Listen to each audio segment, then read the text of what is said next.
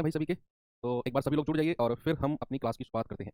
बच्चे class number 3 average chapter है हम लोगों का और बड़ी ही शानदार तरीके से हम लोग इसे पढ़ रहे हैं। उम्मीद करता हूँ कि आप लोगों की जो पढ़ाई है वो पूरे रिदम पर चल रही होगी। दिन रात आप लोगों ने यही किया होगा और दिन रात एक करने का मतलब है कि समय को ना देखते हुए आप लोग पढ़ाई कर रहे होगे और कम से कम नींद ले रहे होगे, ये भी मैं जानता हूँ। कोई नहीं, महीने भर की और बात है और अप्रॉक्सीमेट 1 महीने बाद या 100 महीने बाद आप लोगों को इसका परिणाम जरूर मिलेगा और आपकी जो मेहनत है वो जरूर कामयाब होगी, है ना। गुड मॉर्निंग, नमस्ते, राम राम सभी को भाई। ओके। तो थोड़े से स्पीड से हम लोग चल रहे हैं और रीज़न आप जानते भी हैं। तो चलिए, आज आप लोगों की एवरेज पार्ट 3 है। देखते हैं, अगर आज एवरेज खत्म हुआ तो ठीक है, नहीं तो फिर कल हम इस चैप्टर को खत्म कर देंगे। नो डाउट कल तो हो ही जाएगा। कोशिश करेंगे कि आज ही कंप्लीट हो जाए, क्योंकि 2 घंटे हमारे पास हैं और 2 घंटे को अच्छे से यूटिलाइज़ करेंगे इनको हम। ठीक है? कल एक होमवर्क दिया था बच्चे मैंने आपको। कल संडे में आप लोगों की क्लास हुई थी। जिन लोगों को नहीं पता है उन लोगों को बता दूं मैं कि कल हमारी पूरी 2 घंटे की क्लास हुई थी, 12 बजे से 2 बजे तक। तो जो लोग नहीं कर पाए थे बच्चे, वो क्लास को जरूर कर लेना, ठीक है। चलिए, सवाल का क्या उत्तर है भाई? इसका कल एक होमवर्क दिया था, क्वेश्चन। 5 लगातार विषम संख्याओं का औसत है m, विषम ऑड नंबर। यदि अगली 3 विषम संख्याओं को भी शामिल कर लिया जाए तो औसत कितने की वृद्धि, औसत में इंक्रीमेंट कितने का हो जाएगा। बच्चे, कल मैंने आपको बड़ा ही प्यारा तरीका इस सवाल का बताया था कि 5 लगातार विषम संख्याएं बोली हैं तो मैं 5 गैप बना लूंगा, ये रही। उसने कहा कि भैया इनका औसत कितना है, इनका औसत है m। और औसत के लिए कल क्या बताया गया था कि जो बीचों बीच वाली संख्या है उसी को ही औसत बोलते हैं क्रमागत के केस में। अब मैंने कहा इस m को कुछ मान लो। मानना क्या है? कोई विषम संख्या मान लो, क्योंकि इस सवाल में उसने विषम ऑड बोला है। क्या माने भाई? मान लेते हैं कोई भी ऑड नंबर मान लेते हैं। लेट्स सपोज मैंने मान लिया 13। क्या मान लिया? 13। कि वो विषम संख्या क्या है? वो 13 है। आप कोई भी मान लो, 15, 17, 19, आपकी मर्जी है। मैंने माना कि वो विषम संख्या 13 है, बस। अब लगातार है तो इसके बाद वाली कितनी हो जाएगी? 15, उसके बाद वाली 17, इसके बाद वाली 11 और फिर 9। अब उसने कहा कि अगली 3 को भी ऐड कर लो। अगली 3, तो बच्चे अगली 3 कौन कौन सी होंगी जरा बताना। 17 के बाद वाली कौन कौन सी होंगी भाई? 19, 21 और 23, यही होंगी। अब एवरेज क्या हो गया? पहली और लास्ट की को जोड़कर 9 + 23 और बाई 2, यानी कि 32/2। आपका आंसर आ गया 16। आंसर कितना आ गया बच्चे? आंसर आ गया 16। अब आपसे कह रहा है कितने की वृद्धि होगी एवरेज में। बच्चे, मेरा नया एवरेज कितना है? 16। पुराना मैं मानकर कितना चला हूं? 13। तो माइनस कर दूंगा तो आप कहेंगे सर 3 की वृद्धि हो जाएगी। भाई, पुराना एवरेज 13 था, नया 16 हो गया। कितने की वृद्धि हो गई? 3 की वृद्धि हो गई। और ये जरूरी नहीं है, आपकी मर्जी है। 13 तो मैंने माना, आप कुछ भी मानो, 15 मान लो, ऑड नंबर मानना। और फिर इस तरीके से करोगे, हर बार आपका आंसर 3 ही आना है। ये तरीका कल मैंने आपको बताया था, लास्ट जो क्वेश्चन हम लोगों ने किया था। ये होमवर्क था और आप सभी लोगों का आंसर डेफिनेटली इसका आया होगा। चलिए, एक क्वेश्चन और करते हैं और फिर इसके बाद में एक नया टाइप आप लोगों के लिए मैं लेकर आया हूँ। आज कई सारे टाइप के क्वेश्चन आप लोगों को कराने हैं और मजा आएगा करने में आज, ठीक है। और कुछ अच्छे टाइप के भी क्वेश्चन हैं। लगभग 2 टाइप ऐसे हैं जिनमें थोड़ा सा एक्स्ट्रा मेहनत आपको करनी पड़ सकती है। ओके, चलो पहले ये सवाल करो, फिर इसके बाद में हम नया टाइप शुरू करेंगे। ये तो ऐसे बीच में ही आ गया, बीच में ही टाइप आ गया, ठीक है। तो उसने कहा यदि 3 अंकों की संख्या है 335, 2x5, x35, 63x, ये सभी 3 अंकों की संख्या है और 4 जीरो 6 ये संख्याएं हैं। कह रहा है इनका औसत है 411। आपको क्या बताना है? आपको बताना है x-1, x-3, x+3 और x+5 का एवरेज। सबसे पहले तो आपको x का मान निकालना है कि what is the value of x। एक बार फिर से सवाल को पढ़ेंगे और फिर हम सवाल की शुरुआत करते हैं। बच्चे, मेरे पास संख्या कितनी है भाई? 3 अंकों की संख्या है। एक तो 335 है, एक 2x5 है भाई। 335, 2x5, x35, 63x और 406। कितनी संख्याएं हैं मेरे पास? जरा गिनना। 1, 2, 3, 4 और 5। 5 संख्याएं हैं मेरे पास, है कि नहीं? मेरे पास क्या 5 नंबर हैं कि नहीं? यस। अगर मेरे पास 5 संख्या है और उसने कहा भैया इनका औसत 411 है, और अगर 5 संख्याओं का औसत 411 है बच्चे, तो 5 का योग कितना हो जाएगा? आप कहेंगे सर 5 गुणा 411, 5 एकम 5, 5 एकम 5 और 5 चौके 20। भैया, ये हो गया सभी का योग, सम ऑफ 5 नंबर्स।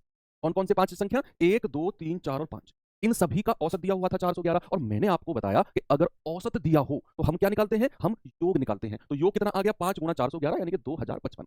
अब इन सभी संख्या को जोड़ना है। मैं यहां पर लिख देता हूं बच्चे। मैं लिख रहा हूं 335, मैं लिख रहा हूं 2x5, मैं लिख रहा हूं x35, 63x और अगली क्या है? 406। इन सभी संख्याओं को जोड़कर मुझे क्या मिलना चाहिए? मुझे मिलना चाहिए 2055। ये मुझे मिलना चाहिए। बस x का मान निकल गया, x का निकल गया तो फिर इनका भी निकाल दोगे आप। भाई, ये तो बच्चों वाला खेल है, ये आपके लायक तो सवाल है ही नहीं। आपके लायक तो सवाल है ही नहीं। 5 संख्याएं थी, उनका एवरेज 411 है। 5 संख्या है और उसने कहा भैया इनका औसत 411 है।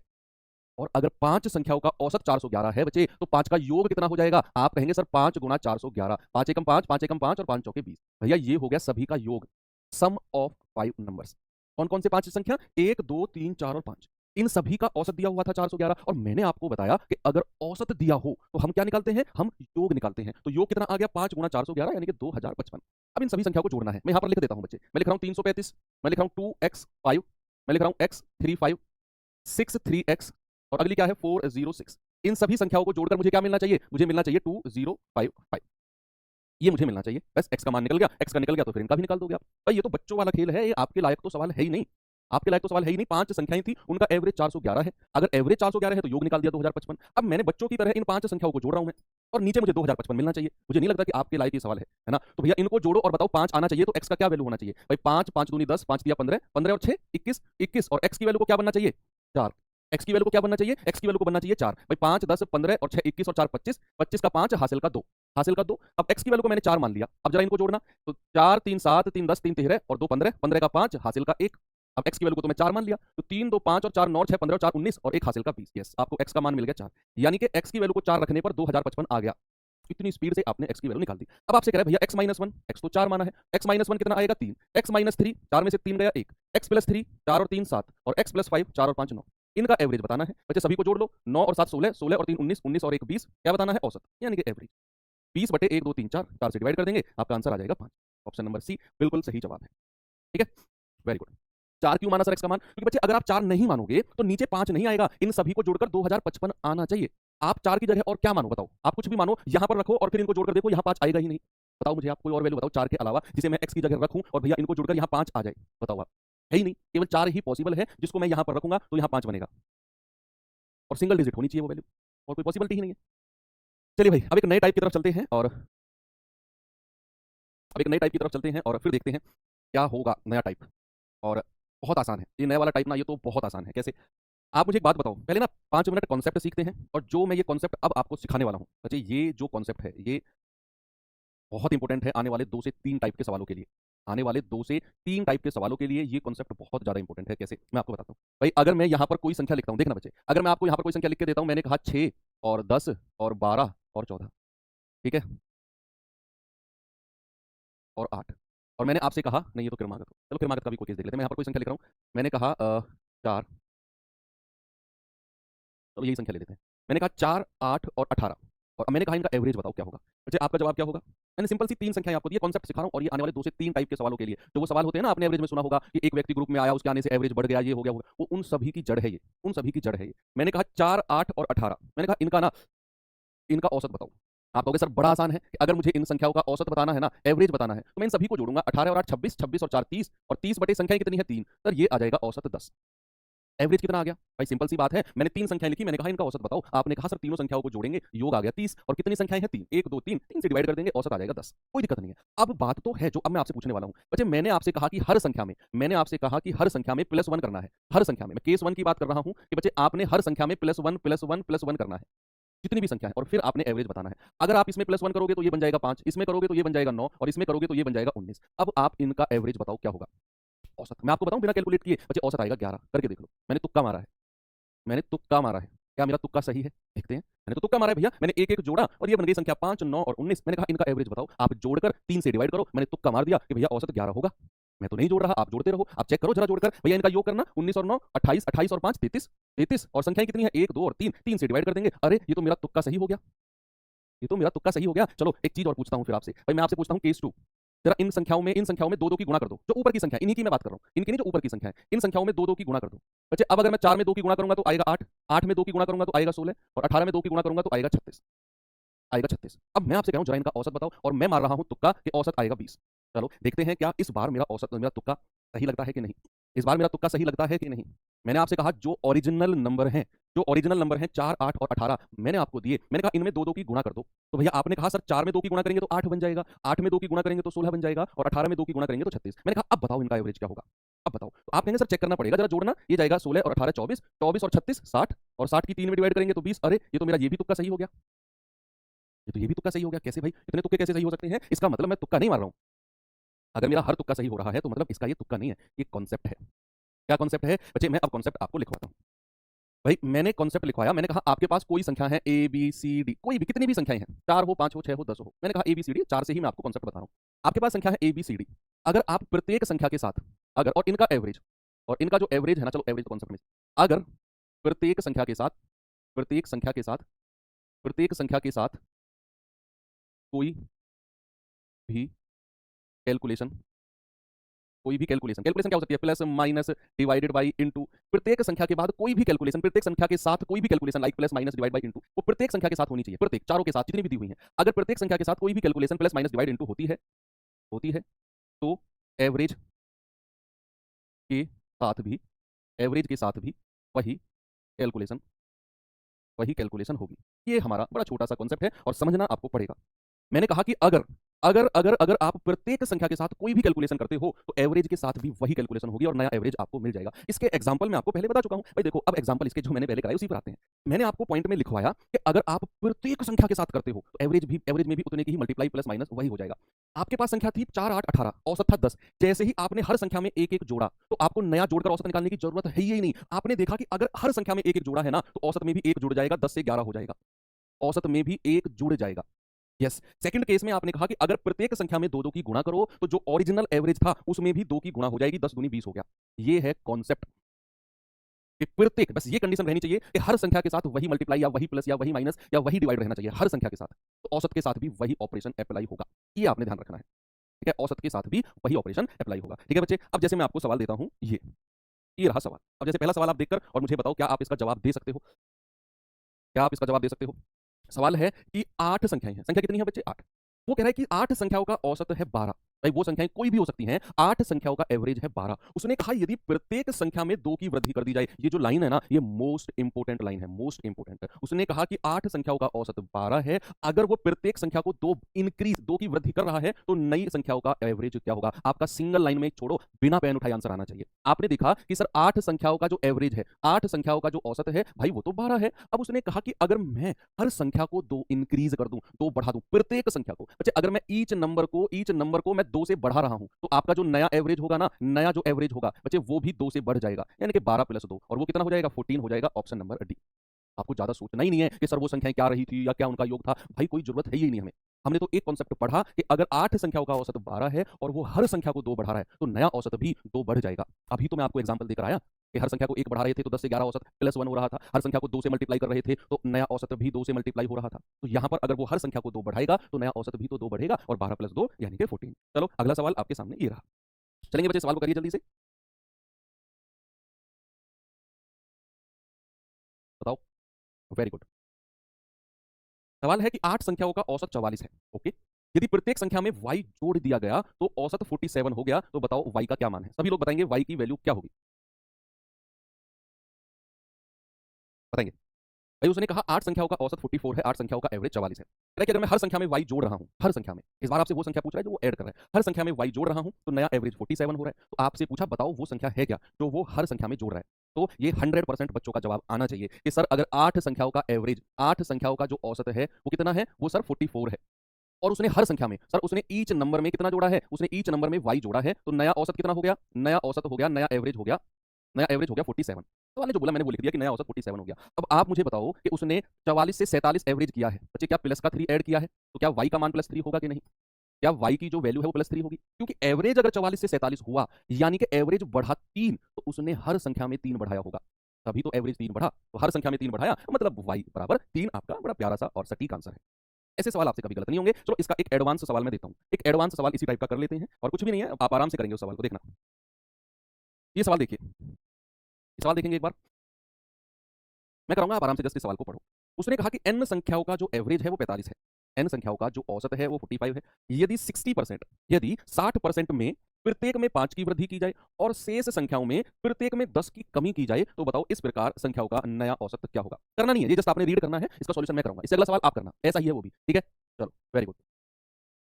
सवाल है कि n संख्याओं का जो औसत है वो 45 है, 60% संख्याओं में प्रत्येक में 5 की वृद्धि करो, 60% यानी कि जितनी संख्याएं हैं उनका 60% संख्याओं में प्रत्येक में 5 की वृद्धि करो, और जो बच गई हैं उनमें प्रत्येक में 10 की कमी करो। बताओ नया एवरेज क्या होगा, बताओ भैया नया एवरेज क्या होगा, क्या आपका जवाब होगा।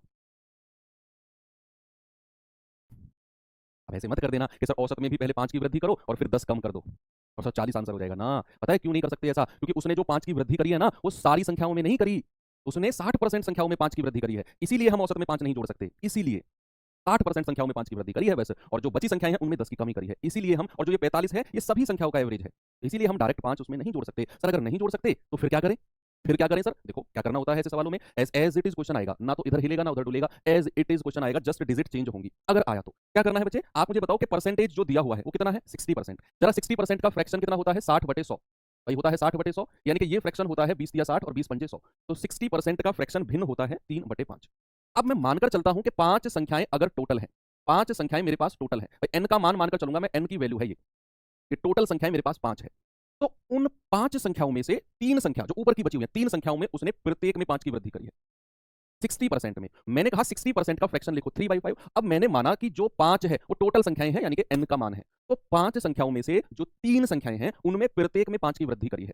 तो कुल वृद्धि कितने की हो जाएगी बच्चे? अगर एक संख्या में 5 की वृद्धि तो टोटल वृद्धि कितनी हो जाएगी? 3 गुणा 5 यानी कि कुल वृद्धि होगी 15 की।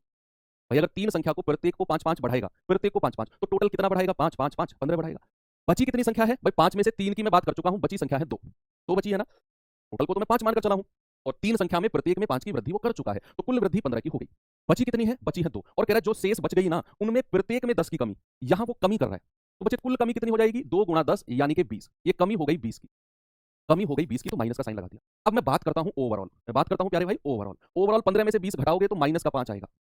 ओवरऑल करेंगे तो 15 में से 20 घटाया माइनस का 5, तो ओवरऑल जो कमी आई है वो 5 की है। तो औसत में कमी कितने की आएगी? औसत में बच्चे इस 5 को डिवाइड कर देना है जो टोटल संख्या आप मानकर चले थे 5 से। तो ओवरऑल औसत में कमी आएगी 1 की, है ना? तो नया औसत क्या होगा? नया औसत पुराने औसत में 1 की कमी कर दो यानी कि 45 माइनस 1 44। ये मेरा आंसर है। मैं फिर से रिपीट करता हूं, अगला सवाल आपने खुद करना है, सेम क्वेश्चन है, मैंने डिजिट चेंज किया है बस। मैंने कहा n संख्याओं का जो औसत है वो 45 है, मुझे नहीं पता कितनी संख्याएं हैं, बस 45 है। उसने कहा जो 60% संख्याएं हैं प्रत्येक में 5 की वृद्धि कर दो और जो बच गई उनमें प्रत्येक में 10 की कमी कर दो। तो बताओ नया औसत क्या होगा? मैंने कहा जो 60% है उसका भिन्न होता है 3/5। मैंने माना कि टोटल संख्या मेरे पास 5 है। कितनी संख्याएं हैं? 5 संख्याएं हैं। अब 5 संख्याओं में से जो ऊपर की बची हुई 3 संख्या में प्रत्येक में 5 की वृद्धि कर रहा है, तो कुल वृद्धि कितनी हो गई? 3 गुणा 5 यानी कि 15 की।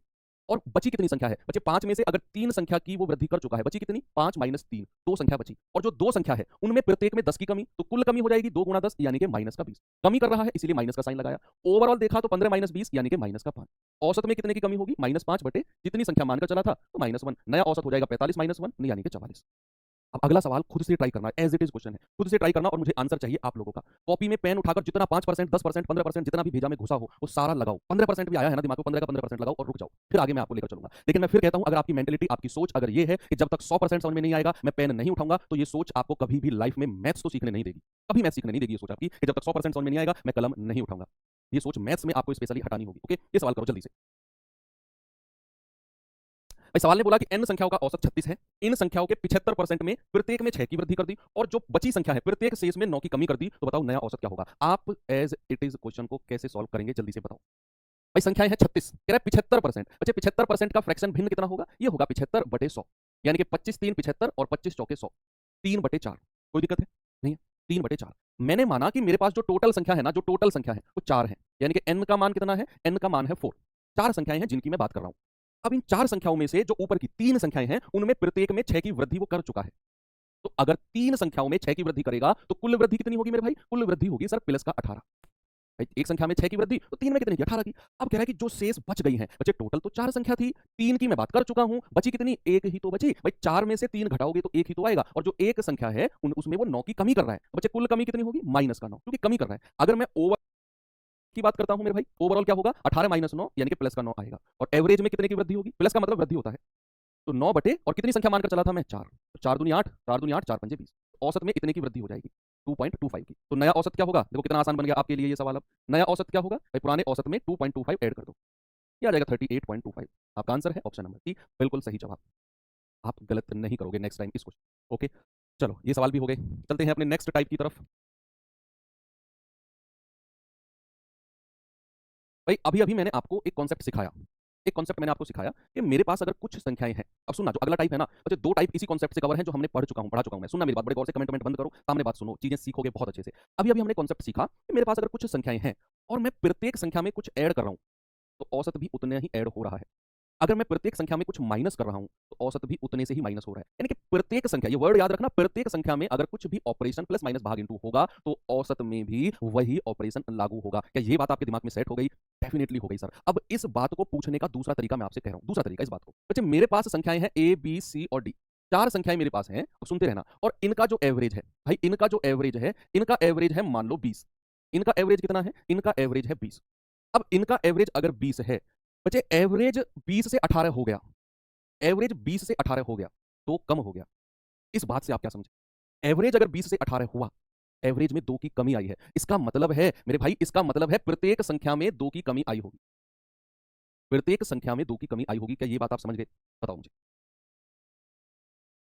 इसके पास भी 10 टॉफी, इसके पास भी 10, इसके पास भी 10, इसके पास भी 10, ये टॉफी की संख्या है भाई। इसके पास भी 10 टॉफी, इसके पास भी 10, इसके पास भी 10 और इसके पास भी 10। सुना, अब अगर मैंने कहा कि हर किसी के पास 10 टॉफी है, तो इनका एवरेज कितना है, तो इनका औसत कितना है आपको कैलकुलेट करना नहीं है, आपने जस्ट देखना है सामने कि अगर सभी के पास 10 टॉफी है ना सर, तो एवरेज कितना है, एवरेज सर 10 ही होगा, है ना, हर किसी के पास 10 है तो एवरेज भी 10 ही होगा। अब मैंने आपसे कहा कि भाई ग्रुप में एक नया बच्चा ऐड हुआ, नया बच्चा ग्रुप में आया, एक नया बच्चा ग्रुप में आया है, नया बच्चा ग्रुप में आया है जिसके पास भी 10 टॉफी है, जिसके पास भी 10 टॉफी है, ये नया बच्चा ग्रुप में आया है, ये नए वाला बच्चा है। ये 4 लोग पहले थे जो येलो कलर के हैं, जो व्हाइट कलर का आया है ये नया बच्चा है, और उसके पास भी 10 टॉफी है और वो ग्रुप में आकर बैठ गया। आप मुझे बताओ क्या उसके आने से औसत पर कोई फर्क पड़ेगा, क्या औसत 10 से बढ़ेगा या 10 से कम होगा, या इतना ही रहेगा, क्या इतना ही रहेगा। आप कहेंगे सर 4 लोगों के पास 10 टॉफी थी, औसत भी 10 था, अब अगर पांचवा बंदा आकर बैठ गया और उसके पास टॉफी कितनी है, 10 टॉफी है, तो सर औसत भी 10 ही रहेगा, वो बढ़ेगा नहीं, वो 10 का 10 ही रहेगा, क्योंकि भाई सभी के पास 10 है, सभी के पास 10 है, तो अगर वो 10 लेकर आया तो औसत 10 ही रहेगा, वो ना तो बढ़ेगा ना घटेगा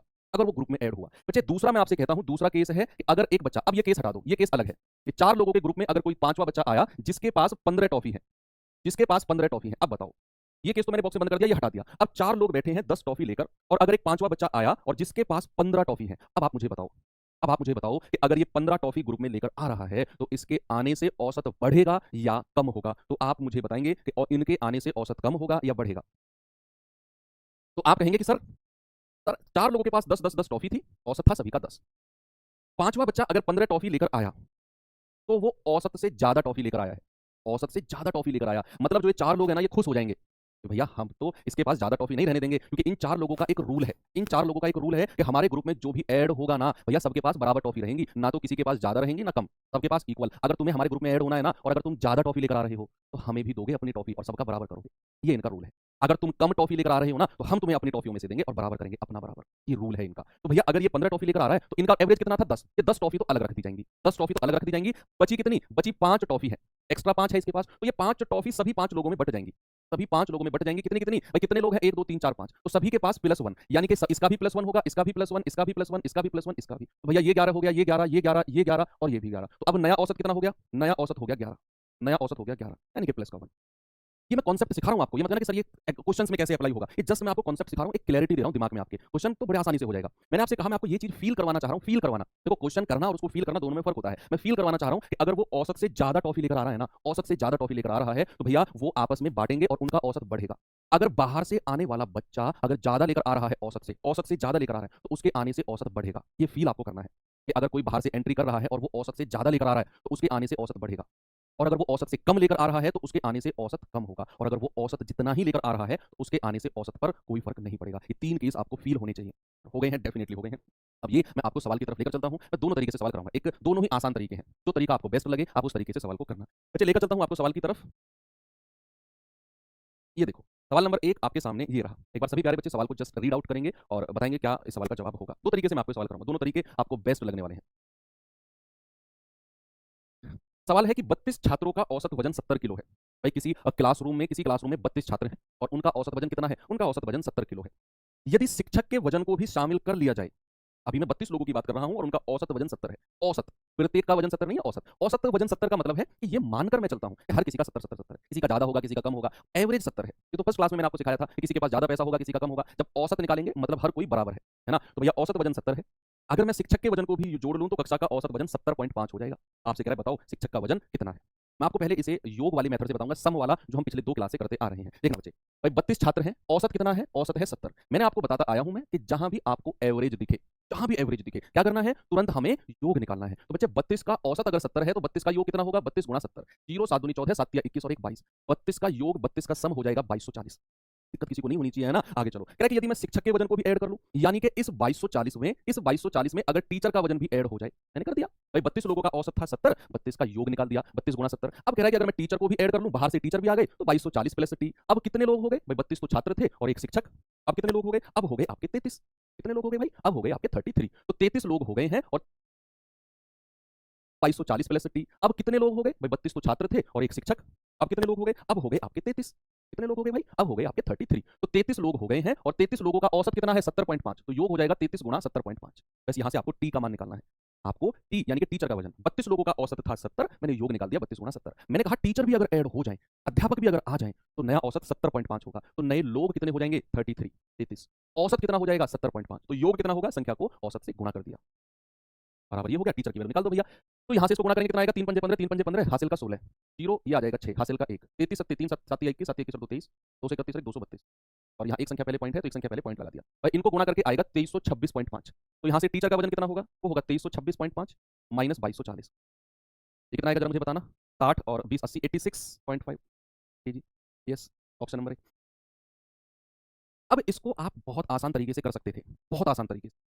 कैसे, मैं आपको बताता हूँ कैसे। मैं आपको बताता हूँ, एक बार सवाल को फिर से आप पढ़ो, फिर से आप पढ़ो, फिर आपको मैं इतना आसान तरीका बताने वाला हूँ ना, बहुत मजा आपको आएगा। हो सकता है शुरू में आपको दिक्कत आई, लेकिन बहुत मजा आपको आएगा सवाल को पढ़ के। अभी जो मैं आपको 10 मिनट से कॉन्सेप्ट सिखा रहा था कि औसत अगर बढ़ा मतलब प्रत्येक संख्या बढ़ी होगी, औसत अगर कम हुआ मतलब प्रत्येक संख्या कम रही होगी, ये कॉन्सेप्ट यहाँ पर हम लगाने वाले हैं। देखिए बच्चे, सेकंड मेथड, वो तो एक ही लाइन का है सेकंड मेथड। तो सवाल क्या है कि 32 छात्रों का औसत भैया 70 है, और टीचर के आने से औसत कितना हो गया, 70.5। क्या औसत बढ़ा या कम हुआ बच्चे, औसत 70 से कितना हुआ है, 70.5, यानी कि औसत बढ़ा है 0.5, औसत बढ़ा है 0.5।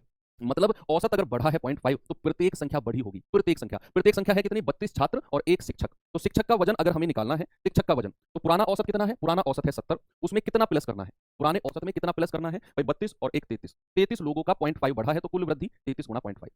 ये आप कैलकुलेट कर लो, आपका आंसर है। सुनना मेरी बात फिर से, मैंने आपसे कहा कि भैया औसत वजन 70 से 70.5 हुआ, मतलब औसत बढ़ा, और कितना बढ़ा, औसत बढ़ा 0.5, कितना बढ़ा, औसत बढ़ा 0.5। अगर औसत बढ़ा है मतलब हर संख्या बढ़ी होगी, ये बात तो क्लियर है ना, इससे पहले वाले टाइप में वही करके आए हैं। तो हर संख्या बढ़ी होगी, कितनी संख्याएं हैं, 32 और एक शिक्षक, 33 लोग हैं, और 33 लोगों का 0.5 से इंक्रीज हुआ है, तो कुल इंक्रीज 33 गुना 0.5।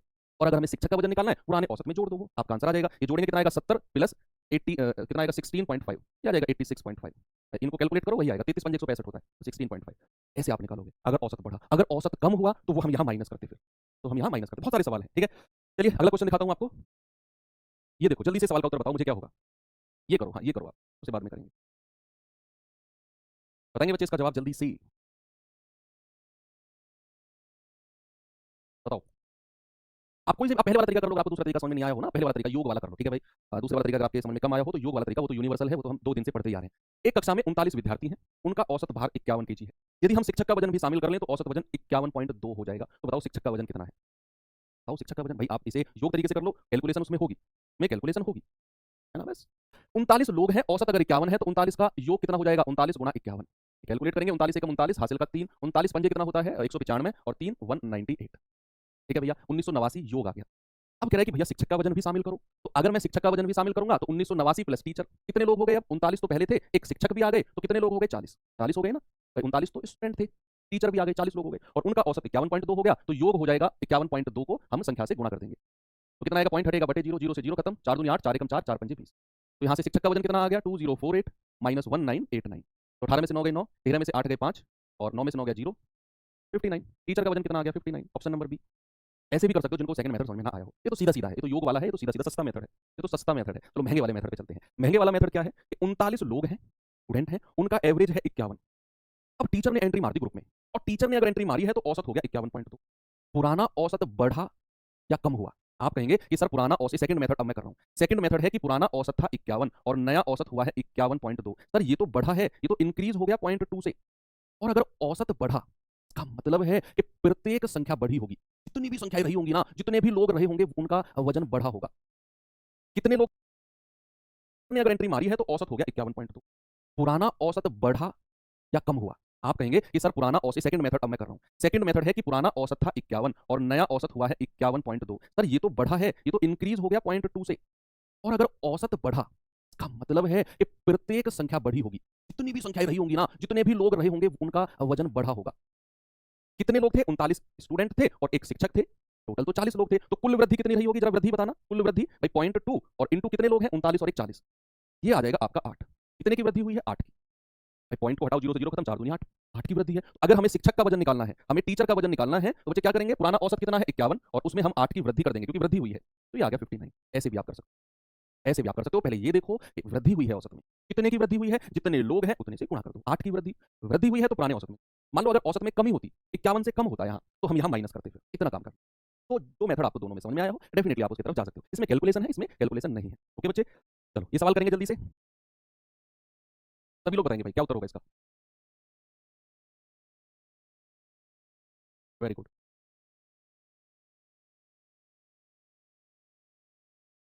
40 से मल्टीप्लाई इसलिए करेंगे क्योंकि 39 स्टूडेंट थे, एक टीचर। 39 और एक कितना होता है भाई, मैं हर बार बता रहा हूँ, 39 प्लस 1 कितना होता है, 9 और 1 10, 10 का 0, हासिल का 1, 3 और हासिल का जोड़ेगा तो 40, 40 से इसलिए मल्टीप्लाई करेंगे, 39 स्टूडेंट और एक 40, सभी का बढ़ेगा, ऐसा नहीं है एक का कम रह जाएगा, सभी का बढ़ेगा। जल्दी से बताओ इस सवाल का जवाब।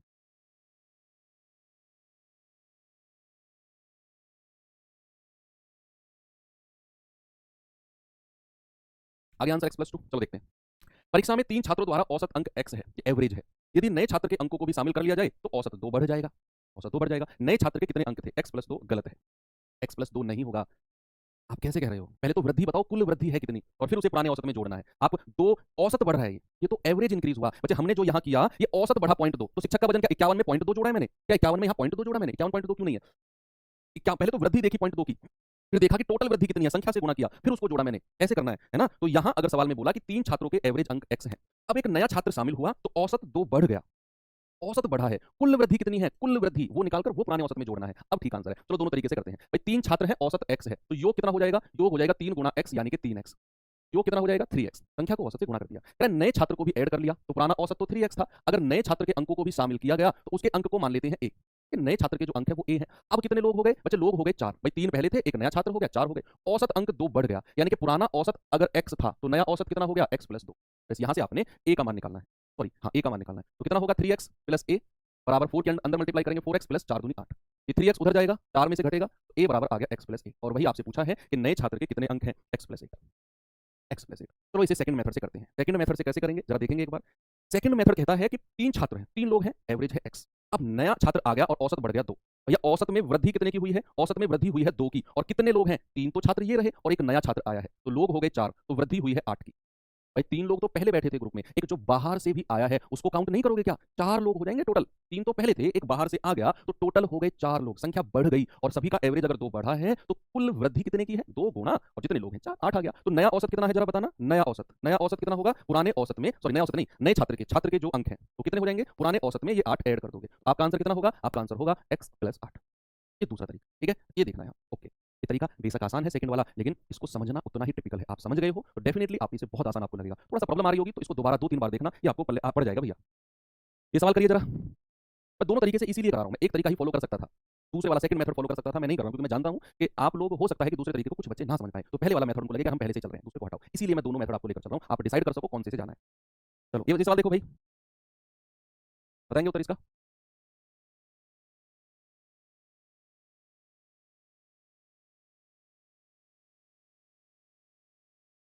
बताओ, सवाल है 8 पुरुष का औसत वजन 1.5 किलो बढ़ गया जब 65 किलो वजन वाले पुरुष को एक नए व्यक्ति द्वारा प्रतिस्थापित किया गया, तो नए व्यक्ति का वजन कितना है, नए व्यक्ति का वजन कितना है। यहां बाहर से नहीं आया कोई, एक व्यक्ति गया है और दूसरा व्यक्ति आकर बैठा है। आप ऐसे मानो कि आप लाइब्रेरी में बैठकर पढ़ रहे हो, ऐसा मानो आप लाइब्रेरी में बैठकर पढ़ रहे हो और आपकी लाइब्रेरी में सीट है 50, सुना ऐसे अच्छे समझ में आएगा, आपकी लाइब्रेरी में सीट है 50 और ठुका ठुक भरी पड़ी है भाई साहब, क्योंकि एग्जाम आ रहा है, अगले महीने एग्जाम है, बिल्कुल फुल पैक है, एक भी सीट खाली नहीं है, 50 की 50 सीट भरी हुई है, ओवर और ज्यादा बच्चे हैं। अब हुआ क्या कि आप उठकर चले गए, किसी का फोन आ गया, 10-15 मिनट तक नहीं आए और आपकी जगह कोई और आकर बैठ गया, तो क्या उस लाइब्रेरी में स्टूडेंट की संख्या कम हुई, भाई आप चले गए, आपकी जगह कोई और आकर बैठ गया, आप जब तक नहीं गए थे कितने स्टूडेंट बैठकर पढ़ रहे थे, सर 50 सीट है, 50 ही स्टूडेंट पढ़ रहे थे, तब भरी हुई थी। लेकिन जैसे ही आप गए और आपकी जगह कोई और आ गया, तो ये फर्क नहीं पड़ता कि आप कौन हो, फर्क पड़ता है संख्या से। आप गए, एक और आकर बैठ गया, संख्या तो 50 है, संख्या तो 50 है, ये फर्क नहीं पड़ेगा कौन गया कौन आया, संख्या से फर्क पड़ेगा बस।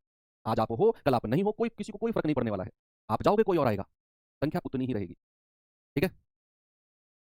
तो गाना सुना है ना, कल कोई मुझको याद करे, क्यों कोई मुझको याद करे, मसरूफ जमाना मेरे लिए क्यों वक्त अपना बर्बाद करे, है ना। वो है तो सही, इसमें एक लाइन कौन सी है कि कल और आएंगे मुझसे बेहतर कहने वाले, तुमसे बेहतर सुनने वाले, है ना, कि अगर आज मैं हूं तो कल कोई और आएगा, संख्या पर फर्क नहीं पड़ेगा। ये वही है कि 8 पुरुष का औसत है 1.5 किलो बढ़ गया, सॉरी, जब 65 वाला व्यक्ति गया और दूसरा आ गया, प्रतिस्थापित यानी कि उसने रिप्लेस किया है, उसने रिप्लेस किया, तो संख्या जो 8 थी वो 8 ही रहेगी, वो 9 नहीं होगी।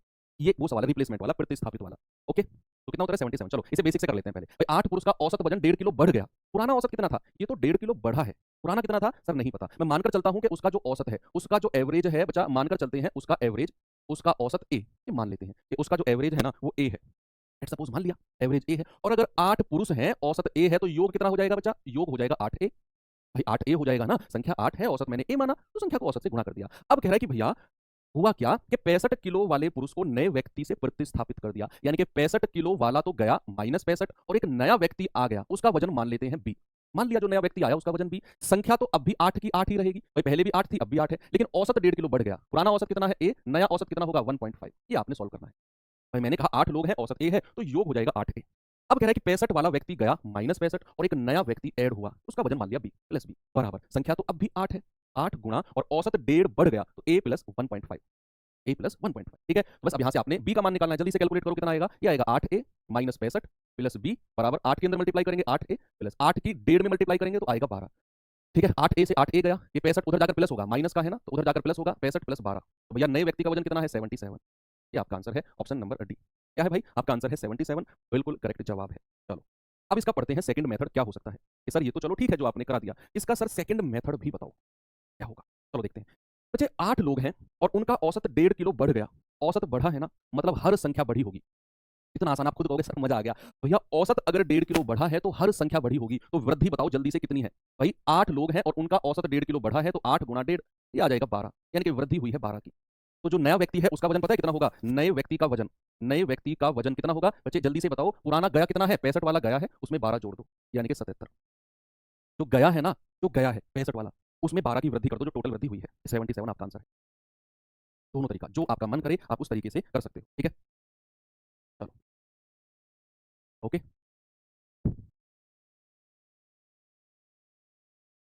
भाई औसत 1.5 बढ़ा, कितने लोगों का 8 लोगों का, संख्या वृद्धि नहीं हुई है, 9 मत करना इनको पिछले सवाल की तरह। मैंने एग्जांपल भी समझाया कि एक गया एक आया, संख्या 8 की 8 ही है, तो वृद्धि हुई 8 गुणा 1.5 यानी कि 12 की। तो नए व्यक्ति का जो वजन होगा, पुराने वाले का कितना है 65, उसमें 12 जोड़ेंगे आएगा 77।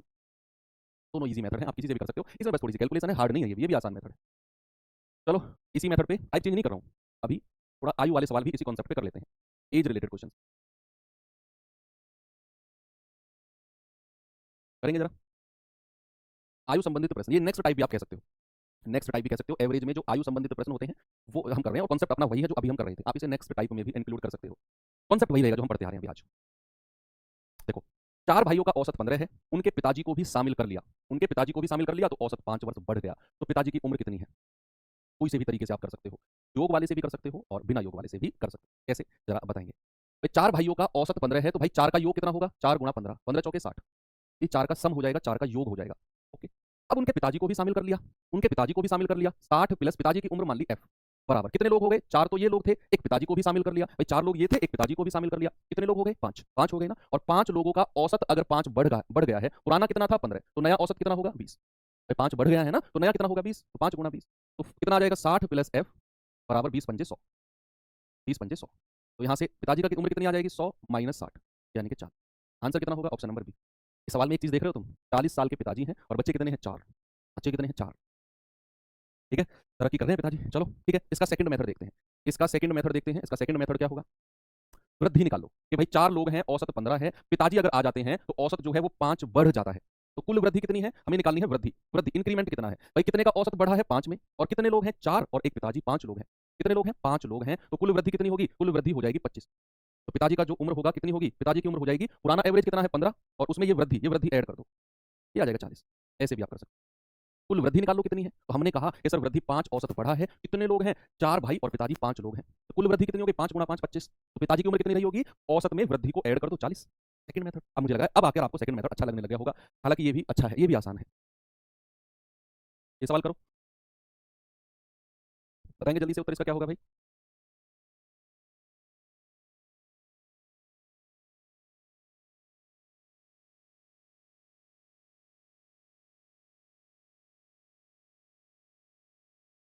करिए सवाल को सभी लोग। भाई सवाल है पिता और उसके 5 बच्चे, कितने लोग हो गए 6 लोग हो गए, और इनका एवरेज है 10, एवरेज कितना है 10। पिताजी को समूह से बाहर किया गया, अभी तक तो पिताजी को समूह में लाया गया था, अभी बाहर किया गया तो औसत 6 वर्ष कम हो गया, तो पिताजी की आयु क्या है। बच्चे यहाँ थोड़ा सा कॉन्सेप्ट ध्यान रखना है, सेकंड वाले मेथड में जब बाहर किया जाता है तो वहां थोड़ा सा हमें ध्यान रखना होता है, अभी देखेंगे कहाँ ध्यान रखना होता है। पहले तो इसे फर्स्ट मेथड से करते हैं। भाई पिताजी हैं और 5 बच्चे हैं, कितने लोग हो गए टोटल 6, और 6 लोगों का औसत अगर 10 है तो 6 लोगों का योग कितना होगा 6 धाम 60, 6 लोगों का योग कितना होगा 60। अब कह रहे हैं कि पिताजी को समूह से बाहर किया गया, तो भैया 60 में से माइनस करना होगा पिताजी की उम्र को, 60 माइनस एफ करना होगा ना, 60 माइनस एफ, तो औसत 6 वर्ष कम हो गया। अब आप मुझे एक बात बताओ, अगर 6 लोग हैं, पिताजी को समूह से बाहर किया गया तो लोग कितने बचेंगे, तो 6 में से पिताजी चले गए तो लोग बचेंगे 5, बचेंगे कि नहीं, पिताजी को समूह से बाहर किया गया तो संख्या बचेगी 5। औसत कितना बचेगा, औसत जो है वो 6 वर्ष कम हुआ है, मतलब पुराना औसत अगर 10 था, पुराना औसत अगर 10 था तो नया औसत कितना बचेगा, नया औसत 4 बचेगा, 4। 6 कम हुआ है ना, तो नया योग कितना होगा, 4 से मल्टीप्लाई कर देंगे, तो भैया 60 माइनस एफ बराबर 20, ये एफ उधर जाकर प्लस होगा और 20 इधर आकर माइनस होगा, तो पिताजी की उम्र कितनी आ जाएगी, 40। ऑप्शन नंबर ए बिल्कुल सही जवाब है ना भाई। 6 लोग थे, उनका औसत था 10, जो कितना था 6 गुना 10। पिताजी समूह से बाहर गए हैं, तो लोग कितने बचे हैं, 5। 6 में से 1 घटा दो, औसत कितना है, 6 वर्ष कम हो गया, पुराने में से 6 घटा दो, 4 औसत बचे, तो नया योग कितना है, 5 गुना 4 20। पिताजी की उम्र 40। इन वाले पिताजी ने और भी कमाल कर दिया, 40 साल में 5 बच्चे, पिछले वाले के तो 4 थे, इसके 5 है। कॉम्पिटिशन चल रहा है, कॉम्पिटिशन चल रहा है। चलो सेकंड मेथड देखते हैं। सेकंड मेथड क्या कहता है, यहाँ थोड़ा सा आपको संभल कर चलना है। सेकंड मेथड में प्यारे भाई थोड़ा सा आपने संभल के चलना है, कैसे मैं बताता हूँ आपको।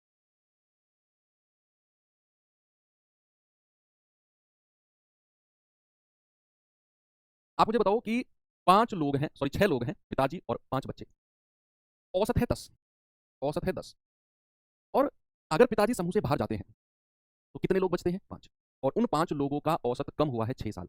पिताजी का कम नहीं हुआ, पिताजी तो समूह से बाहर जा चुके हैं। ये कॉन्सेप्ट थोड़ा सा अलग है सेकंड मेथड में। जब बाहर से पिताजी समूह में ऐड हुए तो उसका फर्क सबके ऊपर पड़ा, पिताजी के ऊपर भी और सारे बच्चों के ऊपर भी, जब वो समूह में ऐड हुए। लेकिन जब वो समूह से बाहर निकल गए तो जो औसत में कमी आएगी वो पिताजी पर नहीं पड़ेगा, उसका फर्क पड़ेगा जो लोग बचे हैं। ये ध्यान रखना है कि जब बाहर से ऐड वाला क्वेश्चन था तो उसमें जो औसत बढ़ता था या कम होता था उसका फर्क सभी के ऊपर पड़ता था, पुराने वाले लोगों पर भी और जो बाहर से ऐड हुआ उसके ऊपर भी, सबके ऊपर। लेकिन अगर पिताजी समूह छोड़कर गए हैं और उनके जाने से औसत कम हुआ है या बढ़ा है, उसका फर्क केवल और केवल उन लोगों पर पड़ेगा जो बचे हैं, केवल उन पर। ठीक है, तो भैया यहां आप मुझे एक बात बताओ कि अगर अगर औसत आयु 6 वर्ष कम हो गई तो कुल कमी कितने की है, कुल कमी। यहां पिताजी पर कोई फर्क नहीं पड़ेगा क्योंकि वो तो समूह छोड़कर चले गए हैं, फर्क पड़ेगा तो केवल और केवल 5 लोगों पर। औसत 6 वर्ष जो कम होगा ये किसका होगा, 5 लोगों का, जो समूह छोड़कर पिताजी गए हैं उन पर कोई फर्क नहीं पड़ेगा। तो 5 लोगों का औसत कम हुआ है 6, तो कमी आई है यहां पर कितने की, 30 की। तो पिताजी का जो उम्र है वो 30 से ज्यादा रही होगी, क्योंकि उनके जाने से अगर औसत कम हुआ है तो पिताजी की उम्र 30 से ज्यादा रही होगी। पुराना औसत 10 है, उसमें 30 जोड़ दो, पिताजी की उम्र रही होगी 40। पुराने औसत में 30 जोड़ना पड़ेगा हमें, पिताजी की उम्र 40 रही होगी, उनके जाने से औसत कम हुआ होगा तभी। ये आपका जवाब है 4। ठीक है, चलो ये थोड़ा सा कॉन्सेप्ट अलग है, जब छोड़कर समूह जाता है तो सेकंड मेथड में थोड़ा सा यहाँ चेंज आता है। ओके, चलो भाई थोड़ा सा अब बाहर निकलते हैं इस चीज से और आगे चलते हैं। ये पढ़ेंगे सवाल, नहीं ये करो पहले, ये सवाल करो बाद में करेंगे। बताएंगे जल्दी से बच्चे इसका जवाब क्या होगा। आयु वाले सवाल आज कंप्लीट कर लेंगे ना, बाकी ये क्लास अभी मुझे लग रहा है कल और करनी पड़ेगी। इसमें आपको क्रिकेट वाले सवाल कराने हैं, कुछ मिसलेनियस विविध सवाल कराने हैं, और एक टाइप और है, लगभग 10-12 क्वेश्चन कल भी आपके लिए तैयार है।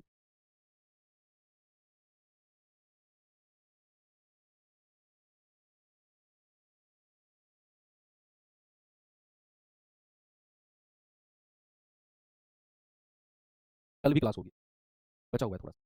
देखो, एक परिवार के 4 सदस्यों की वर्तमान औसत आयु 27 है। जब उनका एक रिश्तेदार आ गया, अब समूह में आया है, तो औसत 3 बढ़ गया, तो रिश्तेदार की आयु कितनी है। यार ये भी कोई सवाल है, मुझे नहीं लगता ये कोई सवाल है ना भाई। तो वृद्धि कितने की हुई है जरा बताना। वृद्धि भाई समूह में ऐड हुआ है ना, तो 3 की वृद्धि हुई है, और कितने लोग हैं, 4 सदस्य हैं और एक रिश्तेदार ऐड हुआ है, सदस्य हो गए 5, और कितने की वृद्धि, 3 की, तो कुल वृद्धि 15 की। तो रिश्तेदार की आयु कितनी हो जाएगी, रिश्तेदार की जो आयु है वो कितनी हो जाएगी भाई, वो हो जाएगी, पुराना औसत कितना है 27, उसमें 15 ऐड कर देंगे, ये आ जाएगा 42। Option number B 42। चलो ये बताना जरा, जल्दी से बताओ ये सवाल।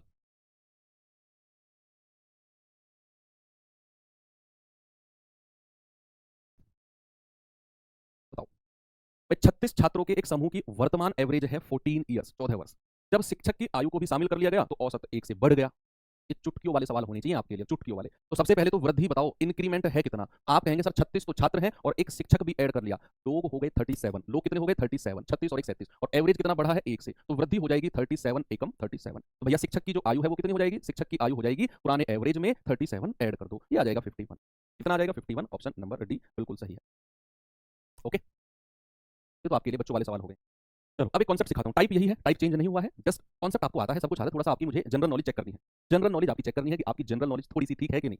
आप मुझे एक बात बताओ, आपकी उम्र आज, मान लो आपकी उम्र है आज 22 वर्ष, 22 वर्ष आपकी उम्र है, और आपके भाई की उम्र कितनी है, आपके भाई की उम्र है 20 वर्ष। आपका भाई आपसे 2 साल छोटा है, आपकी उम्र 22 साल है, आपके भाई की उम्र 20 साल है, आपका भाई आपसे 2 साल छोटा है। अच्छा, अगर ये वर्तमान की मैं बात कर रहा हूँ, वर्तमान की, अगर मैं कहूँ कि अब से 5 साल बाद की कहानी बताना जरा, आपका और आपके भाई की उम्र का औसत कितना है, औसत को और साथ में लेके चलते हैं, औसत हो जाएगा 21, है ना भाई, जोड़ना 22 और 20, 42, 42 बटे 2 21, या फिर इनके बीच का एवरेज, वो भी आप कॉन्जिक्यूटिव जानते हैं, 21 औसत हो गया।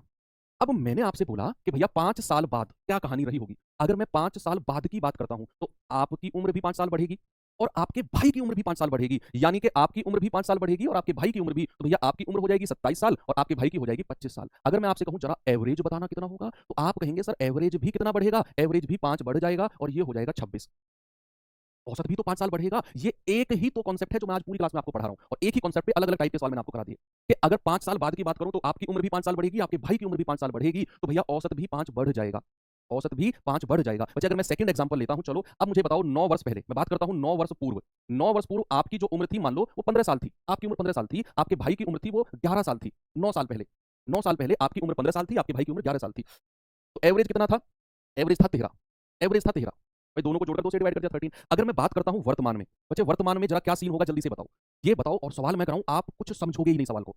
एएलपी के लिए पढ़ सकते हो। मैं कह रहा हूँ आप कुछ समझोगे ही नहीं सवाल को, कुछ बचेगा ही नहीं सवाल आपके सामने। और वो गजब का सवाल होगा वास्तव में। आप देखो 9 साल पहले आपकी उम्र 15 साल थी, आपके भाई की 11 थी, एवरेज था 13 दोनों का। आज मैं बात करूंगा तो आपकी भी उम्र 9 साल बढ़ गई होगी। भाई आपकी भी उम्र 9 साल बढ़ गई होगी, आपके भाई की भी 9 साल बढ़ गई होगी, तो आपकी उम्र हो गई 24, आपकी हो गई, आपके भाई की हो गई 20। तो क्या औसत भी 9 बढ़ गया होगा? 22 हो गया होगा। यानी कि 9 साल पहले जो एवरेज था, 9 साल पहले जो एवरेज था, अगर मैं आज की बात करूंगा तो औसत भी कितने से बढ़ेगा? 9 से बढ़ेगा। यही कॉन्सेप्ट है औसत का जो मैं आपको ये समझाना चाह रहा हूं।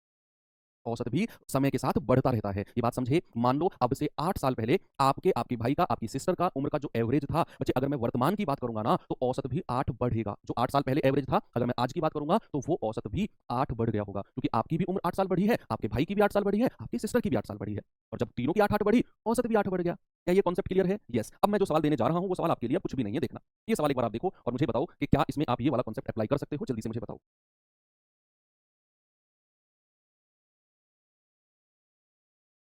सवाल है 7 वर्ष पूर्व, 7 साल पहले पति पत्नी और बच्चे की औसत आयु 42 थी, 7 साल पहले। और 9 साल पहले पत्नी और बच्चे की औसत आयु 36 साल थी, तो पति की वर्तमान आयु क्या होगी? पति की वर्तमान आयु। अब देखना, सभी को वर्तमान में लेकर आते हैं। बच्चे सबसे पहले बात करते हैं पति यानी कि हस्बैंड, वाइफ और चाइल्ड। बच्चे ये 9 साल पहले, 9 वर्ष पूर्व, 9 वर्ष पूर्व एवरेज कितना था? जरा एवरेज बताना। 9 वर्ष पूर्व एवरेज कितना था? 9 सॉरी 7 वर्ष पूर्व, 7 वर्ष पूर्व एवरेज कितना था? एवरेज था 42। जरा मुझे वर्तमान में एवरेज बताओ। वर्तमान में एवरेज कितना होगा? 7 साल जोड़ देंगे 49 होगा।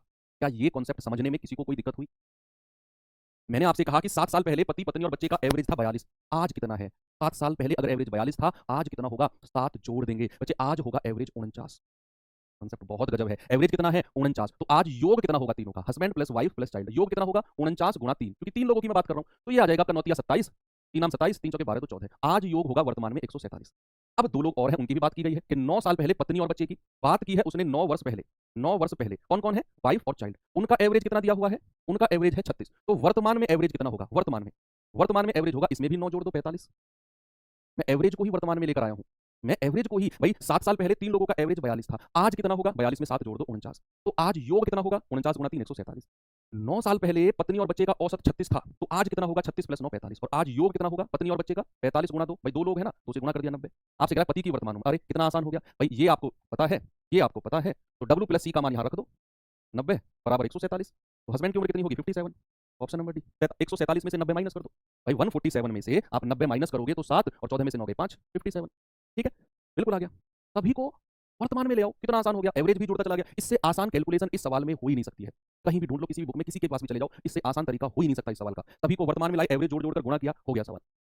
ठीक है, और ये लाइन तो मैंने आपको समझाने के लिए लिखी है, नहीं तो आप इन लाइनों को स्किप भी कर सकते हो, अपने दिमाग में कैलकुलेशन कर सकते हो कि 7 जोड़ोगे 42 में 49, 9 जोड़ोगे 36 में 45, ये तो अपने दिमाग में कर सकते हो इतनी कैलकुलेशन तो आप। चलो एक सवाल और देता हूं आपको, उम्मीद करता हूं कि ये सवाल आप खुद से कर पाओगे।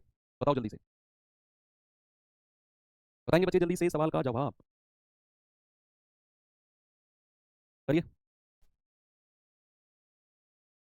सवाल है 8 साल पहले, 8 साल पहले राहुल के 6 सदस्य वाले परिवार का औसत था 45। 8 साल पहले 6 लोग थे, औसत था 35।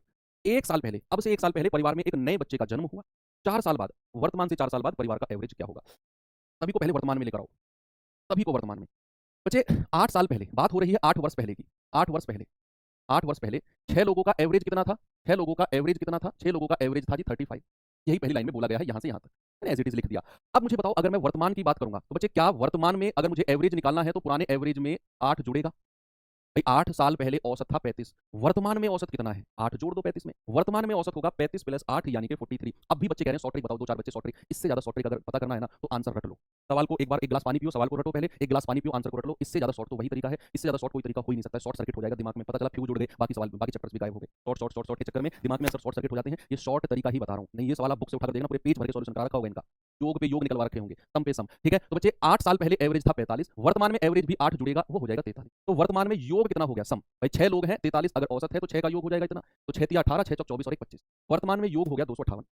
वर्तमान में योग हो गया 258, या वर्तमान में भी आप योग मत निकालो अभी, वर्तमान में भी योग मत निकालो, क्योंकि वो बात कर रहा है 4 साल बाद की, वो बात कर रहा है 4 साल बाद की। तो वर्तमान का एवरेज 43 है, इसको फिर 4 साल बाद ले जाओ, 4 वर्ष बाद।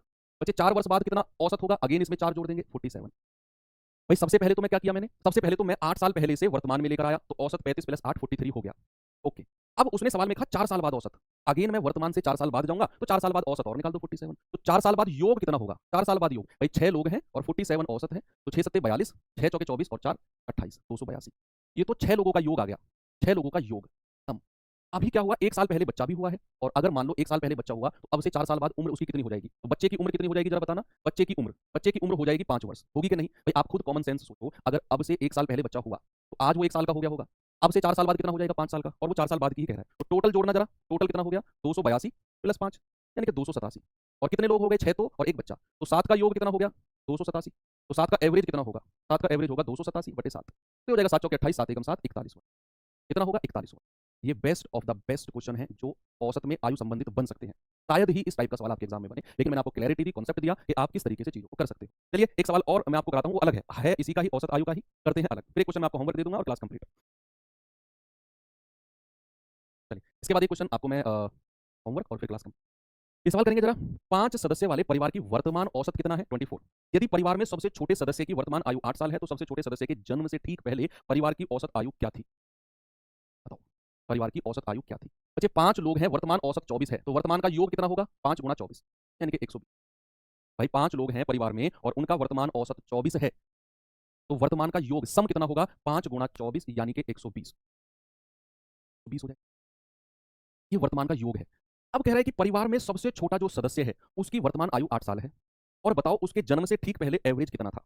आप मुझे बताओ, आपकी फैमिली में सबसे छोटा जो मेंबर है उसकी उम्र मान लो 10 साल है, अगर मैं कहूं उसके जन्म के टाइम पर जाओ, तो क्या अगर मैं उसके जन्म के टाइम पर जाऊंगा तो जितने भी परिवार में मेंबर रहे होंगे सबकी उम्र 10-10 साल कम होगी। भाई आज आपका छोटा भाई 10 साल का है, अगर मैं कहूं उसके जन्म के टाइम, तो आपकी उम्र भी 10 साल कम होगी कि नहीं उसके जन्म के टाइम पे, या जितने के आज आप आज हो उतने के ही रहे होगे उसके जन्म के टाइम पे, 10 साल कम के रहे होंगे। आपके पिताजी भी 10 साल कम रहे होंगे, आपकी माताजी भी 10 साल कम रही होंगी उसके जन्म के टाइम, सभी की उम्र 10 साल कम हो गई होगी। तो अगर परिवार का सबसे छोटा सदस्य 8 साल का है और मैं कहूं उसके जन्म के टाइम, तो सभी की उम्र, अगर मैं कहूं सभी की उम्र 8-8 साल कम हो गई होगी। तो भैया अगर मैं कहूं सबसे छोटा जो सदस्य है, सबसे छोटा सदस्य जो है उसकी उम्र कितनी है 8 वर्ष, अगर मैं कहूं उसके जन्म के टाइम, जन्म के समय, भैया कुल कमी कितने की कमी आएगी, कमी कितने की आएगी भैया 8, कितने मेंबर हैं 5 लोग हैं, और कितने की कमी आएगी 8-8 साल सबकी कम हो जाएगी, तो 40 की कमी हो जाएगी। 5 मेंबर हैं 8-8 साल सबकी कम कर दो उम्र, उसके जन्म के टाइम पे 40 की कमी, तो भैया उम्र कितनी रही होगी 120 माइनस 40 यानी कि 80 उम्र रही होगी। और सदस्य कितने रहे होंगे 4 सदस्य, 4 सदस्य, क्योंकि 5 में से छोटे वाला तो अभी हुआ ही नहीं है, मैं उसके जन्म के टाइम पहुंच गया, अभी 4 सदस्य बचे हैं, वापिस वो हमने गायब कर दिया बच्चा छोटे वाला उसके जन्म के टाइम पर, तो 4 सदस्य रहे होंगे और उनकी उम्र 80, उनका औसत कितना रहा होगा, उनका औसत रहा होगा 80/4 यानी कि 20। ऑप्शन नंबर बी बिल्कुल करेक्ट है। ओके, आसान क्वेश्चन था। तो एक होमवर्क दे देता हूँ, ये तो बिल्कुल निहायत ही आसान सवाल है, इसमें तो योग निकालना है सभी का, समय से कोई मतलब नहीं है, सभी का योग निकालना है, लोग गिनने हैं कितने हैं मेंबर, औसत से गुणा करके सभी का योग निकालना है, काटा पीटी करके आंसर आ जाएगा। चलो बच्चे, कभी कभी कि आप स्कूल में हो और किसी दिन टीचर ना आए और आपको सडनली पता चले कि आप लेक्चर शुरू होने वाला है, पता चला सर नहीं आए, तो एकदम कितनी मतलब खुशी की अनुभूति होती थी उस टाइम पर। तो आज आपको वही फील होने वाला है कि क्लास आज आपकी छुट्टी है, और क्वेश्चंस मेरे पास है लगभग 10 से 12 क्वेश्चन, तो 1 सवा घंटे में क्लास आपकी कंप्लीट हो जाएगी। तो सभी को राम राम, जय हिंद भाई। उम्मीद करता हूँ कि आप लोगों की पढ़ाई बहुत अच्छी चल रही है, और कल प्रैक्टिस सेट भी शुरू हुए, तो आप सभी लोगों ने बड़ा उत्साह दिखाया, चाहे वो मैथ्स का हो, चाहे वो जीएस, हिंदी, रीजनिंग किसी का भी हो। तो ये देखकर अच्छा लगा कि आप लोगों के अंदर जो डेडिकेशन है और जो एक मतलब उत्साह है चीज़ों को टैकल करने का और अपने जो सिलेक्शन है उसकी तरफ मूव करने का, तो काबिल तारीफ है। तो आज की क्लास में भाई हम जो क्वेश्चंस करने वाले हैं ना, वो जितने भी अच्छे लेवल के क्वेश्चन बन सकते हैं, जितने भी अच्छे लेवल के क्वेश्चन जिन्हें आप अपनी लैंग्वेज में बोलते हो, टफ क्वेश्चन, तो सारे मैं आज की क्लास में आज आपको कराऊंगा, ठीक है। ओके,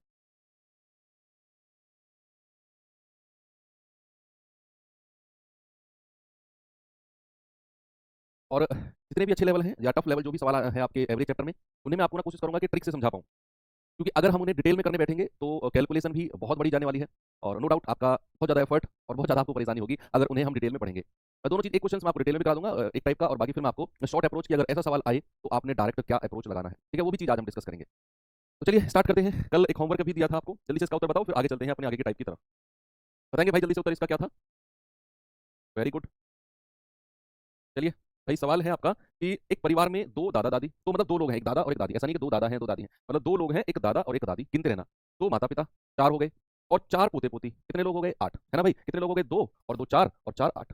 कुल मेंबर कितने हो गए? कुल मेंबर हो गए 8। अब कह रहा है कि दादा और दादी की जो औसत आयु है वो 67 वर्ष है, माता पिता की औसत आयु 35 वर्ष है और पोते पोतियों की औसत आयु 9 वर्ष है। तो परिवार की औसत आयु क्या होगी? मुझे नहीं लगता इसमें किसी को भी कुछ दिक्कत आई होगी। आपको फर्स्ट क्लास से मैं समझाता आ रहा हूं कि जहां भी औसत दिया होगा वहां हम क्या निकालेंगे? वहां हम योग निकालेंगे कि भाई दादा और दादी की औसत आयु अगर 67 है तो दादा DA लिख रहा हूं मैं और दादी को DI। इन दोनों का योग कितना हो जाएगा? या D1 D2 लिख दें, D1 और D2। इन दोनों का योग कितना हो जाएगा? इन दोनों का योग हो जाएगा 67 गुणा 2। भाई कितना होगा? 2 सत्ते 14, 2 छिक्के 12 और 1 13। तो दादा और दादी की जो उम्र है उसका सम होगा 134। फिर कह रहा है कि माता पिता का 35 है, माता पिता का यानी कि P1 पेरेंट 1 और पेरेंट 2, इन दोनों का योग कितना हो जाएगा? 35 गुणा 2, 35 गुणा 2 ये हो जाएगा 70। तो माता पिता की आयु का योग हो गया 70। अब कह रहा है कि जो 4 पोते पोतियां हैं, 4 लोगों का औसत है 9। तो भैया पोते पोतियों को ABCD मान लो, A plus B plus C plus D। इनका योग कितना हो जाएगा? 4 गुणा 9 बराबर 36। तो कुल योग कितना हो गया? कुल योग टोटल सम आप सभी को जोड़ दो, कितना है? 4 और 6 10, 3 और 7 10, 3 13 और 1 14, 1 और 1 2। भाई कुल योग हो गया 240 और हमें बताना है कुल औसत। क्या बताना है? कुल औसत। तो 240 बटे संख्या कितनी है टोटल? टोटल मेंबर कितने हैं? तो आप काउंट कर लो, 1 2 3 4 5 6 7 8, 8 से डिवाइड कर देंगे, आपका आंसर आ जाएगा 30 ओवर। तो कुल एवरेज कितना है? 30 ईयर। ऑप्शन नंबर बी बिल्कुल सही है। निहायत ही आसान सवाल था और आप सभी लोगों ने इसे कर लिया है। ठीक है, आगे चलते हैं। अब मैं आपको कराने वाला हूं बच्चे नेक्स्ट टाइप। और हाँ, अब जितने भी हार्ड क्वेश्चन या जिनको अच्छे क्वेश्चन कहते हैं, टिपिकल क्वेश्चन कहते हैं, वो बन सकते हैं, वो सारे मैं अब आपको कराने वाला हूँ। ठीक है, और उनकी अच्छी अच्छी अप्रोच भी आपको मैं बताऊंगा कि क्या उनकी अच्छी अच्छी अप्रोच हो सकती है। या उससे पहले क्रिकेट वाले क्वेश्चन कर लेते हैं। चलो उससे पहले ना क्रिकेट वाले क्वेश्चन कर लेते हैं, ये 3 4 क्वेश्चन फिर करेंगे। मिसलेनियस विविध क्वेश्चन भी है मेरे पास। चलिए बताएंगे जल्दी से सवाल का आंसर। और ये कॉन्सेप्ट कर चुके हैं आप, कल पूरे क्लास में मैंने यही कॉन्सेप्ट आपको कराया था। ठीक है, ओके। सवाल है कि सुनील द्वारा 16 पारियों में बनाए गए रनों का औसत 37 है। 17वीं पारी में उसका क्या स्कोर है जिससे कि उसका औसत 9 रन बढ़ जाए? जिससे कि उसका जो एवरेज है वो 9 रन बढ़ जाए। बताएंगे बच्चे जल्दी से क्या होगा? यस, सुनील द्वारा 16 पारियों में बनाए गए रनों का औसत 37 है। 17वीं पारी में क्या स्कोर हो कि उसका जो एवरेज है वो 9 रन बढ़ जाए? हाँ भाई, प्रैक्टिस सेट बिल्कुल लीजिए आप, जो राहुल सर करा रहे हैं बिल्कुल आप उस प्रैक्टिस सेट को लीजिए। वहां से आपको एक तो ओवरऑल सिलेबस का एक सेट मिलेगा और जो चीज आप यहाँ पढ़ रहे हो क्लास में आपको पता चलेगा कि कितना हमने पढ़ लिया है, उसमें से कितना हम कर सकते हैं इस प्रैक्टिस सेट में। ठीक है, तो मैंने देखा कल आपका प्रैक्टिस सेट और डेफिनेटली जो चैप्टर हम कर चुके हैं, चाहे वो रेशियो प्रोपोर्शन हो, time and work, pipe system, आपका ये अब जो चल रहा है एवरेज, 4 5 चैप्टर हम कर चुके हैं। जो भी क्वेश्चन कल आए थे आपके सेट 1 में, वो सारे के सारे क्वेश्चन मैं आपको करा चुका हूँ क्लास में, सारे के सारे क्वेश्चन, है ना। और ऐसा नहीं है कि मैंने सर को बताया कि सर ये क्वेश्चन रखो, नहीं सर अपनी समझ से क्वेश्चन रखते हैं, है ना। तो भाई वो चीज़ आपको थोड़ा सा पता चलेगी कि यार कहीं कितना चीज़ें हमारी सही लाइन पर चल रही है। ठीक है, प्रैक्टिस सेट से थोड़ा सा ये हो जाता है। चलो सुनील द्वारा 16 पारियों में बनाए गए रनों का औसत 37 है। अगर औसत 37 है तो योग कितना होगा बच्चे? अगर औसत 16 पारियों का औसत अगर 37 है तो 16 पारियों का योग कितना होगा? 16 गुणा 37, तो 16 सत्ते 112 हासिल के 11, 16 तिया 48 और 11 कितना होता है? 59। तो 16 पारियों का योग, 16 पारियों का सम हो गया 592।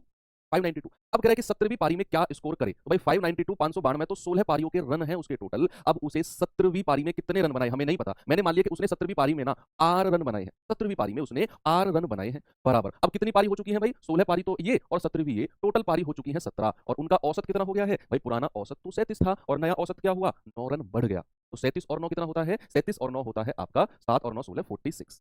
ठीक है, तो नया औसत कितना हो गया है भाई? पुराना तो 37 था, नया कितना हो गया बच्चे? नया जो है वो 9 रन बढ़ गया है। तो नया औसत कितना हो गया? 46। नई संख्या कितनी है? पुराने 16 थी पारी, एक 17वीं, टोटल 17 पारी। कल कॉन्सेप्ट नहीं किया था कि बाहर से एक व्यक्ति के आ जाने से औसत इतना बढ़ गया? तो सेम कॉन्सेप्ट ही तो है ये भी, है ना। तो गुणा करेंगे 17 छिक्के 102 हासिल का 10, 17 चौके 68 और 10 78। ठीक है भाई, आर का मान कितना होगा? 782 माइनस 592। तो 2 में से 2 गया 0, 18 में से 9 गए 9, 6 में से 5 गया 1। तो 17वीं पारी में उसने कितने रन बनाए हैं भाई? 190 रन।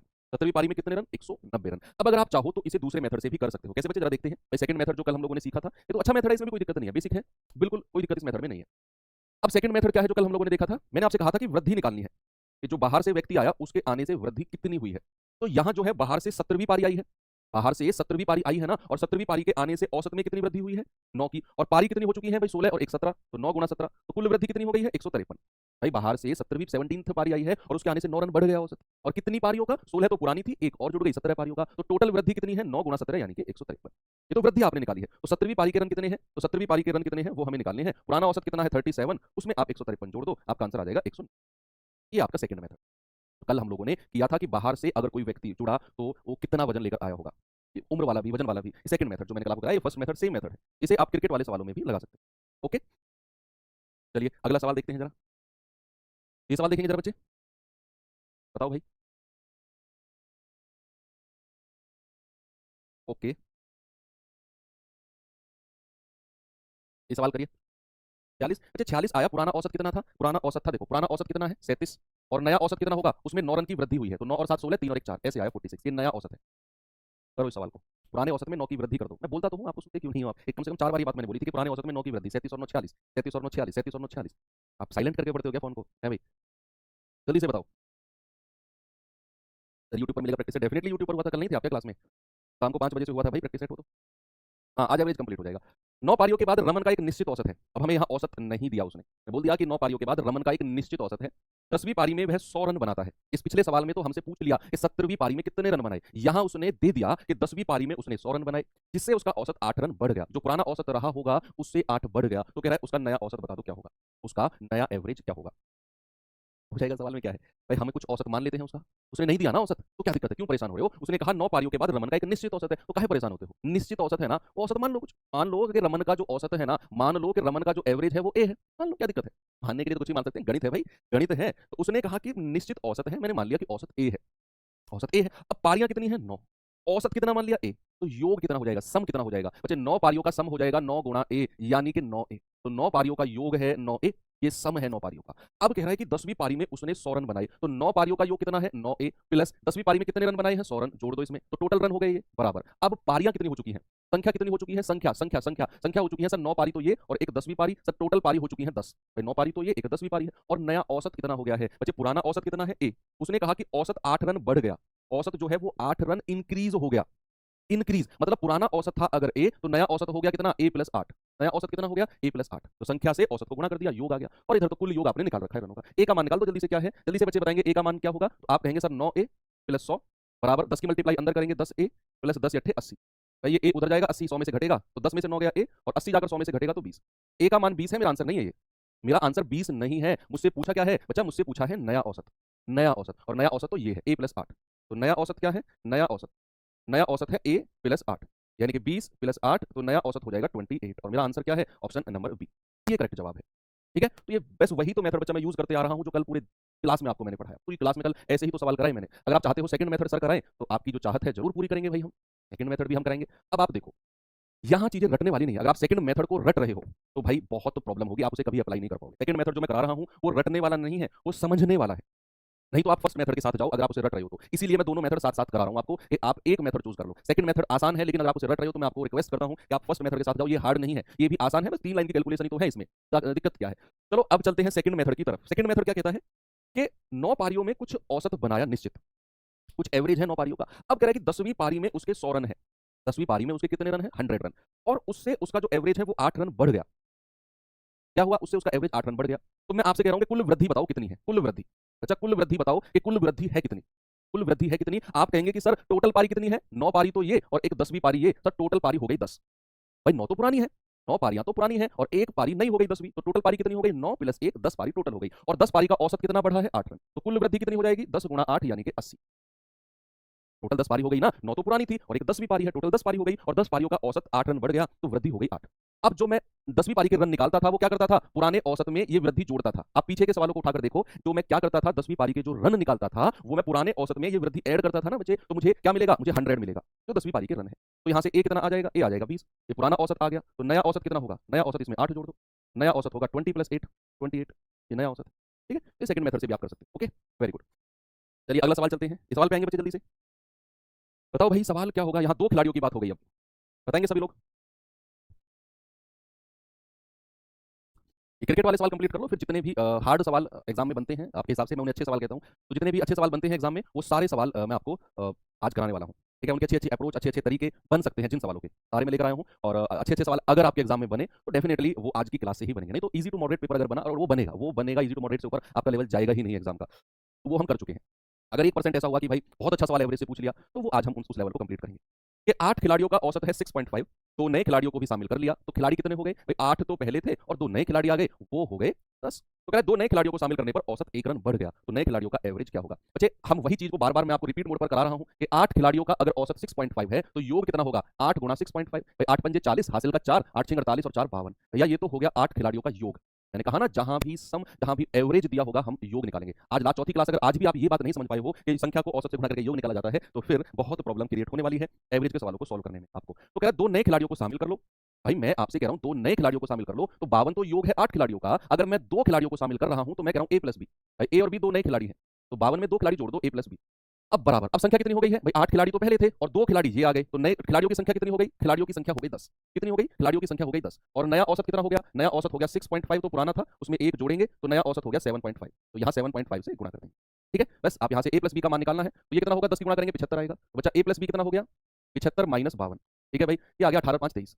ठीक है, ये तो योग आ गया, ये तो दो संख्याओं का योग है 23। और अगर दो संख्या का योग आपके पास है तो भाई मेरे औसत क्या होगा, क्या औसत नहीं निकाल सकते आप, बिल्कुल निकाल सकते हैं सर। 23 को 2 से डिवाइड कर देंगे 11.5 आ जाएगा। भाई दो संख्या का योग देखो आप, a प्लस बी कितना है 23, a प्लस बी 23 है, योग 23 है, तो औसत कितना होगा, जितनी संख्या है उतने से डिवाइड कर देंगे 11.5। 11.5। ठीक है बच्चे, कोई दिक्कत नहीं है आपको, चलें आगे, चलिए आगे चलते हैं। ये सवाल करिए, सवाल करेंगे सभी लोग जल्दी से।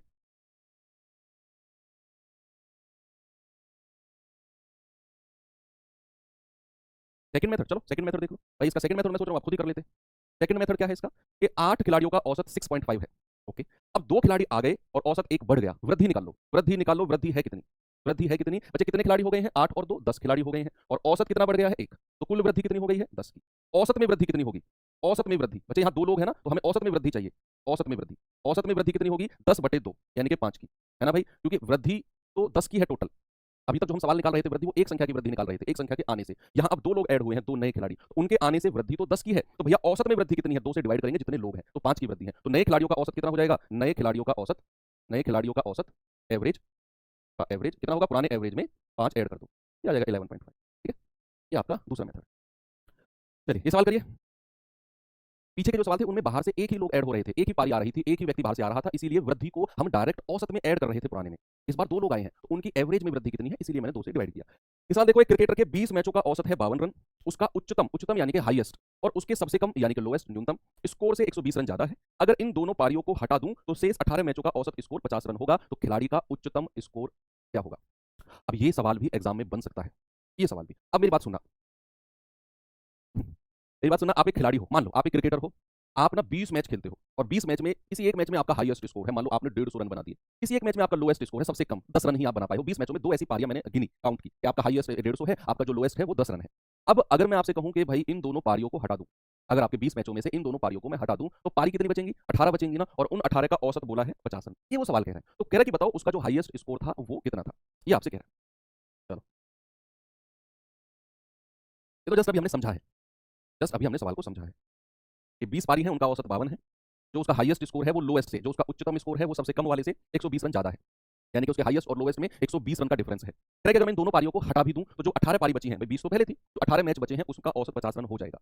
मोटा मोटा सवाल पूछा है, इसमें कुछ समझने में दिक्कत नहीं होनी चाहिए आपको। देखो भाई, सबसे पहले क्या करना है, वही चीज वही जो आप करते हैं, जो आपके दिमाग में सेट हो चुकी है, कौन सी, योग की, कि सर अगर 20 मैच हैं उनका औसत 52 है, क्या करना है, 20 मैच का योग कितना होगा बच्चा, 20 मैच का योग कितना होगा, 20 गुणा 52 गुणा करेंगे, ये आएगा 1040, कितना आएगा 1040। ये तो 20 मैच का योग निकाल दिया आपने, क्यों निकाला, क्योंकि सर आप 4 दिन से ये बात हमारे कान पका दी सर, आपने कहते कहते कि औसत दे रखा है तो योग निकालो, औसत दे रखा है तो योग निकालो, लो ये सर ये योग निकाल दिया, अब क्या करें, रुक जाओ, गुस्सा मत करो, मैं भी बताऊंगा आपको करना क्या है। अब उसने कहा कि जो उसका उच्चतम स्कोर है, हाईएस्ट स्कोर है, बच्चे उच्चतम स्कोर को मैं एच से डिनोट कर रहा हूं, और जो सबसे कम स्कोर है उसको डिनोट कर रहा हूं एल से। एल मतलब लोएस्ट एल, और एच मतलब हाईएस्ट एच, इसको डिनोट करेंगे कि उच्चतम स्कोर को एच बोल रहा हूं मैं, और सबसे कम स्कोर को एल, लोएस्ट में एल बोल रहा हूं। अब उसने बोला कि जो उसका उच्चतम स्कोर है वो सबसे कम से 120 रन ज्यादा है, यानी कि जो उसका हाईएस्ट स्कोर है ना वो सबसे कम वाले से 120 रन ज्यादा है, ऐसा सवाल ने बोला, लोएस्ट से 120 ज्यादा। अगर मैं एल को इधर ले आऊं तो एच माइनस एल कितना होगा 120, इसको थोड़ी देर के लिए बॉक्स में बंद कर दो, ये बाद में काम आएगा, ये बाद में काम आएगा। अब सवाल ने कहा कि जो पारियां बची, जो पारियां बची 18, उनका औसत 50 हो जाएगा अगर मैं इन दोनों पारियों को हटा दूं एच और एल को। ठीक है, तो 18 पारियों का योग कितना होगा, 18 गुणा 50 यानी कि 90, 900। अब मेरी एक बात सुनो, एक बार सामने देखो, पेन को साइड में रखकर सामने देखो, डेफिनेटली अब ये चीज आपके दिमाग में जाने वाली है डायरेक्ट। ये तो मैंने अभी 3 लाइन जो लिखी है, जो सवाल ने बोला वो लिखी है, अब इसको समझना कैसे है देखना। 20 पारियों का औसत 52 था, 20 पारियों का योग निकाल दिया 1040, 2 पारी थी, एक हाईएस्ट एक लोएस्ट, अगर मैं उनको हटा दूं तो पारियां कितनी बची हैं 18, उनका औसत 50 हो जाएगा, उनका योग आ गया 900। अगर मुझे वो 2 पारियों का रन निकालने हैं, हाईएस्ट और लोएस्ट के रन निकालने हैं, तो 20 के योग में से 18 का योग मैं माइनस कर दूंगा, 20 के योग में से 18 का योग माइनस कर दूंगा, तो मेरे भाई जो 2 पारियां मैंने हटाई है ना उनका सम मुझे मिल जाएगा हाईएस्ट प्लस लोएस्ट का 140। हो गया सवाल, हो गया भाई, सवाल में कुछ बचा क्या है, हो गया सवाल। कि उसने 20 पारियों का औसत दिया था 52, मैंने 20 का योग निकाल दिया। उसने कहा कि जो 2 पारियां हैं सबसे ज्यादा वाली सबसे कम वाली, अगर मैं उनको साइड में कर दूं तो 18 का औसत 50 हो जाएगा, तो 18 का योग हो गया 900। तो जो 2 पारियां मैंने साइड में करी हैं सबसे ज्यादा और सबसे कम वाली, अगर मुझे उनका योग निकालना है तो 20 के योग में से 18 का योग माइनस कर दूंगा, मुझे मिलेगा 140। बस हो गया सवाल। और ये वाली लाइन तो हमने यहां से बना ली। एच क्या पूछ रहा है आपसे, उच्चतम स्कोर, एच का मान पूछ रहा है। अच्छा देखो, आपके पास ये वाली है, ये वाला है, एच का मान बताना है ना, तो दोनों को जोड़कर 120 प्लस 140 और 2 से डिवाइड कर दो, तो ये आएगा 260/2। यानी कि 130। h का मान कितना आ गया 130 और यही मेरा जवाब होगा ऑप्शन नंबर बी। ठीक है भाई, आपके पास अगर मान लो a प्लस बी की वैल्यू दे रखी हो, मान लो 10, और आपके पास a माइनस बी की वैल्यू दे रखी हो 4, अगर आपको a का मान निकालना है ना तो दोनों को जोड़कर 10 प्लस 4 और 2 से डिवाइड कर देते हैं, और अगर b की वैल्यू निकालनी हो प्लस माइनस वाले की तो 10 में से 4 घटाकर और 2 से डिवाइड कर देते हैं। ये वाला कॉन्सेप्ट तो मुझे लगता है आपको आता होगा। मैंने वही तो किया कि h माइनस एल दे रखा है, h प्लस एल दे रखा है, अच्छा मुझे h का मान चाहिए तो दोनों को जोड़कर 2 से डिवाइड कर दूंगा, 130 मेरा करेक्ट आंसर आ जाएगा। अभी कहा रहा है, वेरी गुड। चलते हैं भैया, अब आपके ये क्रिकेट वाले सवाल कंप्लीट हैं। अब आपको मैं लेकर चलता हूं कहां, इस तरह के सवालों पर। अब जितने भी टिपिकल सवाल, लेंदी सवाल या हार्ड सवाल बन सकते हैं एवरेज से आपके एग्जाम में, देखो मैं ये नहीं कह रहा हूं बनेंगे, मैं कह रहा हूं बन सकते हैं, वो सारे अब मैं आपको कराने वाला हूं। तो परेशान मत होना, जो मैं सवाल अब आपको कराऊंगा नो डाउट उनका लेवल हाई होगा, तो हाई लेवल के लिए तैयार हो जाओ। फोर्थ क्लास है, लास्ट क्लास है, तो इसमें ये लेवल हमको टच करना पड़ेगा। इन केस अगर लेवल बन जाए तो आप कर लो, ठीक है, तो आपकी मर्जी है, आप ये लेवल अगर करना चाहो तो मुझे लगता है कि आपको करना चाहिए। आज की डेट में जो कंपटीशन चल रहा है, एग्जामिनर एक आध सवाल बनाता है अच्छे लेवल के भी कंपटीशन रखने के लिए, ठीक है। मैं कोशिश करूंगा कि इन जो सवाल हैं अच्छे अच्छे लेवल के, टफ लेवल के जो सवाल हैं, उनमें एक बेस्ट अप्रोच मैं आपको दे सकूं, एक बेस्ट अप्रोच मैं आपको दे सकूं, और वही अप्रोच आपने दिमाग में सेट कर लेनी है, ठीक है। सवाल पूछा जाएगा वो फिक्स पैटर्न पर पूछा जाएगा। जैसे ये सवाल देखो आप, ये सवाल अगर एग्जाम में आएगा ना, ये एज इट इज आएगा, इसमें बस वो यहाँ ये डिजिट चेंज करेगा, ये संख्या चेंज करेगा, लैंग्वेज पूरा फ्रेम जो होगा ना वो यही होगा। और इसका मैं एक डायरेक्ट अप्रोच आपको बताऊंगा, बच्चा खुश हो जाएगी तबियत आपकी कि सर मजा आ गया। लेकिन उससे पहले अगर आप चाहो तो मैं इसको एक्सप्लेन करूंगा, डिटेल में समझाऊंगा, फिर मैं वो अप्रोच बताऊंगा। तो चलिए इसे एक बार डिटेल में समझते हैं, इस वाले क्वेश्चन, इसी वाले क्वेश्चन को केवल, और फिर मैं इसका एक लाइन का अप्रोच बताऊंगा, उसे लगाकर आपने डायरेक्ट आंसर कर देना है, ठीक है। चलो एक बार आप ये सवाल को रीड करो बस, क्योंकि इजी टू मॉडरेट लेवल अब खत्म हो चुका है, अब मॉडरेट से ऊपर का लेवल बचा है औसत में, तो 2-3 टाइप के क्वेश्चन है तो हम करेंगे कि भाई तीन संख्या इस प्रकार है कि यदि इनमें से किसी भी दो संख्या के औसत को तीसरी में जोड़ा जाए, किन्हीं भी दो संख्या के एवरेज को तीसरी में जोड़ा जाए तो प्राप्त होने वाला योगफल क्रमशः 168, 174 और 180 है। तो कह रहा है इन तीनों प्रारंभिक संख्याओं का जो एवरेज है वो क्या होगा। पहले हम इसे डिटेल में समझते हैं। अच्छा, मैंने माना कि वो तीन संख्या जो है ना वो ए बी सी है, तो तीन संख्या है जिनकी वो बात कर रहा है वो ए बी सी है। अब सवाल ने कहा कि किन्हीं भी दो का औसत, कह रहा है इन तीनों में से किसी भी दो का औसत अगर मैं तीसरी संख्या में जोड़ता हूं, किन्हीं दो का एवरेज ले लो और उसे तीसरी में जोड़ो। अच्छा, यहाँ तीन पॉसिबल कंडीशन बनेंगी। अगर मैं इन दोनों का औसत लेता हूं ए और बी का, तो कंडीशन बनेगी ए प्लस बी बाई 2, भाई औसत तो यही होता है दो संख्याओं का, और इसे अगर मैं तीसरी संख्या में जोड़ता हूं तो भैया मुझे क्या मिलता है 168। एक केस तो ये बन गया। दूसरा केस क्या बनेगा, इन दोनों का औसत ले लो भाई बी प्लस सी बाई 2, और इसे किस में जोड़ना है ए में, तो क्या मिलेगा 174। दूसरी कंडीशन ये बन गई, एक बार इन दोनों का औसत ले लो ए और सी का, ए प्लस सी बाई 2, और इसे किस में जोड़ना है बी में, तीसरा क्या मिलेगा 180। ये तीसरी कंडीशन बनी, ये कह रहा है सवाल। और अब फाइनली सवाल ने आपसे पूछ लिया कि बताओ तीनों संख्याओं का औसत कितना होगा, तीनों संख्याओं का। तो हमें सबसे पहले ये सॉल्व करना है, भाई तीनों संख्याओं का औसत क्या होगा आप बता सकते हैं, वो होगा A plus B plus C by 3, यही होगा ना। तीनों संख्याओं को जोड़कर 3 से डिवाइड करना है, ये हमें, उसके लिए हमें तीनों संख्याओं का योग चाहिए। उसके लिए हमें क्या चाहिए, हमें तीनों संख्याओं का योग चाहिए, सम चाहिए। ओके, वो निकालते हैं एबीसी होगा क्या। अच्छा, ये हमें सॉल्व कैसे करें इसको, कि अगर अगर मैं इन तीनों को जोड़ दूं, भाई अगर मैं इन तीनों को जोड़ दूं, इसको इसको और इसको, अगर मैं इन तीनों को जोड़ रहा हूं तो क्या मिलेगा मुझे, तीनों को ऐड करने पर A plus B by 2, B plus C by 2, A plus C by 2, और ये ए बी सी तो अलग मिलेगा। बच्चे अगर मैं इन तीनों को ऐड कर रहा हूं तो ये तो ए कितनी बार आया है 2 बार, बी कितनी बार आया है 2 बार, और सी कितनी बार आया है 2 बार, ये तो बनेगा 2a plus 2b plus 2c by 2, है ना भाई। देखो A plus B by 2 plus B plus C by 2, अगर मैं इन दोनों को जोड़ता हूं तो बेस तो 2 ही रहेगा ना, ये ऊपर के आपस में जुड़ जाएंगे। तो मैंने वही तो किया कि ए कितनी बार है 2 बार, बी भी 2 बार, सी भी 2 बार, तो 2a plus 2b plus 2c by 2 plus, और ये तीनों आपस में अलग जुड़ेंगे, ए प्लस बी प्लस सी बराबर, इनको जोड़ना जरा अलग, 8 और 4 12 हासिल का 1, 6 और 7 13, 13 और 8 21 और 1 22, 1 2 3 और 2 5, यही जोड़ा है 7 8 4 12 हासिल का 1, 8 7 15, 15 और 6 21 और 1 22 हासिल का 2, 1 2 3 5। ओके, अब क्या होगा यहाँ पर देखते रहो। अब मैं अगर यहाँ से 2 कॉमन ले लूँ, अंदर बचेगा A plus B plus C by 2 plus A plus B plus C बराबर 522, 2 से 2 कट गया, बचे A plus B plus C, A plus B plus C, तो 2 बार A plus B plus C आ गया बराबर 522, ये 2 चला जाएगा नीचे, A plus B plus C कितना आया 522 बटे 2, ये तो A plus B plus C की वैल्यू मिल गई हमें, क्या मिल गई, A plus B plus C की वैल्यू मिल गई। हमको चाहिए A plus B plus C by 3, क्योंकि बच्चे तीनों संख्याओं का औसत तो वही होता है ना भाई, भाई तीनों संख्याओं का जो औसत होता है वो तो वही होता है A plus B plus C by 3, 3 divide में चाहिए। तो अगर मुझे औसत निकालना है बच्चा, अगर मुझे औसत निकालना है, अगले अगले पेज में करके दिखाता हूं मैं आपको। मुझे दिया हुआ है A plus B plus C बराबर 522 बटे 2, मुझे निकालना है औसत, एवरेज। एवरेज क्या होता है, A plus B plus C by 3, तो मुझे उधर भी 3 से डिवाइड करना पड़ेगा, तो 522 बटे 2, और इधर 3 से है तो इधर भी 3, यानी कि 522 बटे 6, तो 6 8 48, 4 6 7 42, मेरा आंसर कितना आ गया, मेरा आंसर आ गया 87। ये तो इसका डिटेल मेथड हो गया। आप लोग तसल्ली से बैठे हुए हो ना कि सर दूसरा मेथड कब बताएं, इसको कब खत्म करके दूसरा मेथड बताएं। चलो ठीक है भाई, उम्मीद करता हूं कि आपको समझ में आया होगा, है ना, कि भाई मैंने सभी को जोड़ा, ये मिला A plus B plus C, मुझे निकालना था A plus B plus C by 3, तीनों का औसत। इतनी तसल्ली से आप बैठोगे, ऐसे टुकुर टुकुर देख रहे हो भाई साहब, जैसे वो खेल चलता है ना गांव में, और ऐसे देखते रहते पता नहीं अब ये कब बंदर और बंदरिया की शादी होगी, ऐसे गांव में बैठकर देखते रहते थे कब ये सांप जो है ये मोर बन जाएगा, बिल्कुल सस्पेंस में बैठे होगे सर कब वो दूसरा मेथड बताएं जिसकी इतनी तारीफ कर रहे थे सर। चलो इट्स टाइम, अब देखते हैं कि अगर ऐसा सवाल आ जाए तो एक ही लाइन में सवाल का उत्तर कैसे निकालते हैं। कोई दिक्कत नहीं, अगर ये भी आपको दिक्कत किया हो इस मेथड में, डोंट वरी, डोंट वरी, सब रफ कर दो, हमें कोई जरूरत नहीं है इसकी, कोई जरूरत है ही नहीं, बस आपने डायरेक्ट ध्यान रखना है कि अगर ऐसा सवाल आपके पास आए, अगर ऐसा सवाल आपके पास आए कि अगर ऐसा सवाल आपके पास आए कि किन्हीं दो का औसत आपके पास आए कि किन्हीं दो का औसत तीसरी में जोड़ रहा है, किन्हीं दो का एवरेज तीसरी में जोड़ रहा है और हमें योगफल इतना इतना और इतना मिल रहा है। भाई किन्हीं दो का एवरेज तीसरी में जोड़कर हमें ये संख्या मिलती है। किन्हीं दो का औसत, ये मैं कह रहा हूं, ये एज इट इज क्वेश्चन आएगा, बस संख्या चेंज करेगा। किन्हीं दो का औसत तीसरी में जोड़कर ये हमको मिला और कहेगा कि प्रारंभिक तीनों संख्याओं का औसत क्या होगा। तो बच्चे हमारा जो आंसर होगा ना कि तीनों संख्याओं का औसत, तीनों संख्याओं का औसत। डायरेक्ट मैं एक लाइन में आंसर आपको बता रहा हूं। आपने क्या करना है, जो संख्याएं मुझे दी हुई है ना 168, 174, 180, तीनों को जोड़ना है। 168, 174, 180 और 6 से डिवाइड कर देना है, आपका आंसर आ जाएगा। तीनों संख्याओं को ऐड करके जो सवाल में दे रखी हैं 6 से डिवाइड कर देना है। ये 6 से क्यों डिवाइड करते हैं, ये मैंने पीछे का जो डिटेल मेथड समझाया है उसमें यहां मैंने आपको प्रूफ भी करके दिखाया है कि 6 से डिवाइड किया लास्ट में जाके। तो यहां आपने क्या करना है, तीनों संख्याओं को ऐड करके 6 से डिवाइड कर दो, सवाल तबाह हो जाएगा, सवाल में कुछ बचेगा ही नहीं। अच्छा आप जोड़ेंगे तो आएगा 522/6 यानी कि 6 8 48, 6 7 42, 87, ऑप्शन नंबर बी। इतना ही आपने करना है। चलिए सेकंड क्वेश्चन इसी टाइप का चलते हैं। ये रहा सेकंड क्वेश्चन। बच्चा जल्दी से मुझे आंसर बता दो इसका, फिर मैं टाइप चेंज करता हूं, जल्दी से आप लोग मुझे आंसर बता दो क्या होगा।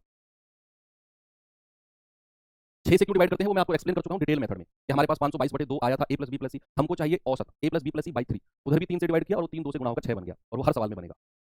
देखो तीन संख्याएं हैं, जब किन्हीं दो का औसत तीसरी में जोड़ा जाता है तो परिणामी संख्याएं 104, 111 और 115 मिलती हैं। आपसे कह रहा है तीनों संख्याओं का औसत। इस सवाल का आंसर भी आप बड़ी फुर्ती से मुझे बताएंगे, क्या होगा बच्चे, 104, 111 और 115 और डिवाइड बाई 6, डिवाइड बाई 6। बताओ जल्दी से क्या होगा भाई। होगा 5 और 1 6, 6 और 4 10, हासिल का 1, 1 2 और 1 3, 1 2 और 3, 330/6, तो 6 पंजे 30, 3 6 पंजे 30, आंसर कितना आ गया 55, ऑप्शन नंबर बी 55 आ गया सभी का। ओके चलो अब मैं टाइप चेंज करता हूँ, मुझे टाइप चेंज करते हैं और थोड़ा सा और अच्छे लेवल के सवालों पर चलते हैं, थोड़े से और अच्छे लेवल के सवालों पर चलते हैं जहां आपको थोड़ी सी कैलकुलेशन करनी पड़ेगी। फिर मेरे पास कुछ विविध क्वेश्चन है, कुछ विविध क्वेश्चन है, उन विविध क्वेश्चन को करेंगे फिर, मिसलेनियस क्वेश्चन जिनको बोलते हैं, ठीक है। करिए सवाल। अरे ठीक है भाई 55 आ गया, बस करो। देखो 24 संख्याओं का औसत 56 है भाई। ये सवाल जो है ना इनमें कैलकुलेशन होती है, इन सवालों में कैलकुलेशन होती है, इनका कोई सिंगल लाइन अप्रोच नहीं है, इनमें तो आपको कैलकुलेशन करनी ही पड़ेगी। कि 24 संख्याओं का औसत 56 है, पहली 10 का औसत 71.7, अगली 11 का औसत 42 और जो अगली तीन संख्याएं बची उनका रेशियो आपको दे दिया 22, 23 और 24वीं जो संख्या बची है उनका रेशियो 1/2, 1/3 और 5/12। कह रहा है कि बताओ 22वीं और 24वीं संख्या का एवरेज क्या होगा। पहले तो हमें 22वीं और 24वीं संख्या निकालनी पड़ेगी और फिर उनका एवरेज देखना पड़ेगा, है ना भाई। चलो सबसे पहले अपना वही काम कि अगर मेरे पास 24 संख्याएं हैं उनका औसत 56 है तो 24 का योग कितना होगा बच्चा, 24 गुणा 56, तो 24 गुणा 6 144, हासिल के 14, 24 पंजे 120 और 14 134। तो भाई ये तो योग आपको मिल गया कि जो 24 टोटल संख्याएं हैं ना उनका योग होगा कितना, 1344। ओके अब कह रहा है इन्हीं 24 में से, इन्हीं 24 संख्याओं में से जो पहली 10 संख्याएं हैं उनका औसत 71.7 है, उनका योग कितना होगा 10 गुणा 71.7 यानी कि 717। जो अगली 11 है उनका औसत 42 है तो उनका योग कितना होगा 11 गुणा 42, 11 दूनी 22, 11 चौक 44 और 2 46, ये इनका योग आ गया 462। मेरे पास संख्या कितनी थी बच्चे, मेरे पास संख्या थी 24, मैं बात कर चुका हूं 11 और 10, 21 संख्याओं की। मैं तो 21 संख्याओं की बात कर चुका हूं। अब मेरे पास तीन संख्या बची 22, 23 और 24। उसने बोला ना अगली तीन संख्या जो कि इतना इतना इतना है वो रेशियो में दे रखी है। तो अगर मुझे वो तीन संख्याओं का योग निकालना है, 22वीं संख्या, 23वीं संख्या और 24वीं संख्या, इनका योग अगर मुझे निकालना है, अच्छा इनका योग बताना 7 2 9, 6 और 1 7, 7 4 11, तो मैं 1344 में से ये माइनस करना पड़ेगा मुझे।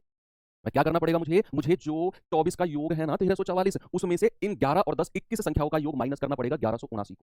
ये माइनस करना पड़ेगा तब जाकर जो तीन संख्या है 22, 23, 24 उनका योग, उनका सम मुझे मिलेगा। कितना है बच्चे जरा घटाना, 14 में से 9 गए 5, 13 में से 7 गए 6, 12 में 2 में से 1 गया 1, 165 आ गया।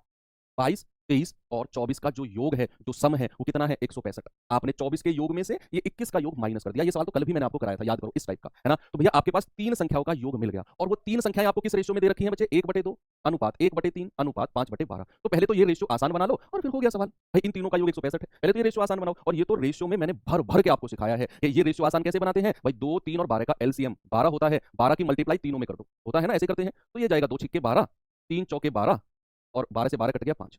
ये आपका रेशियो आ गया 6 4 और 5 का।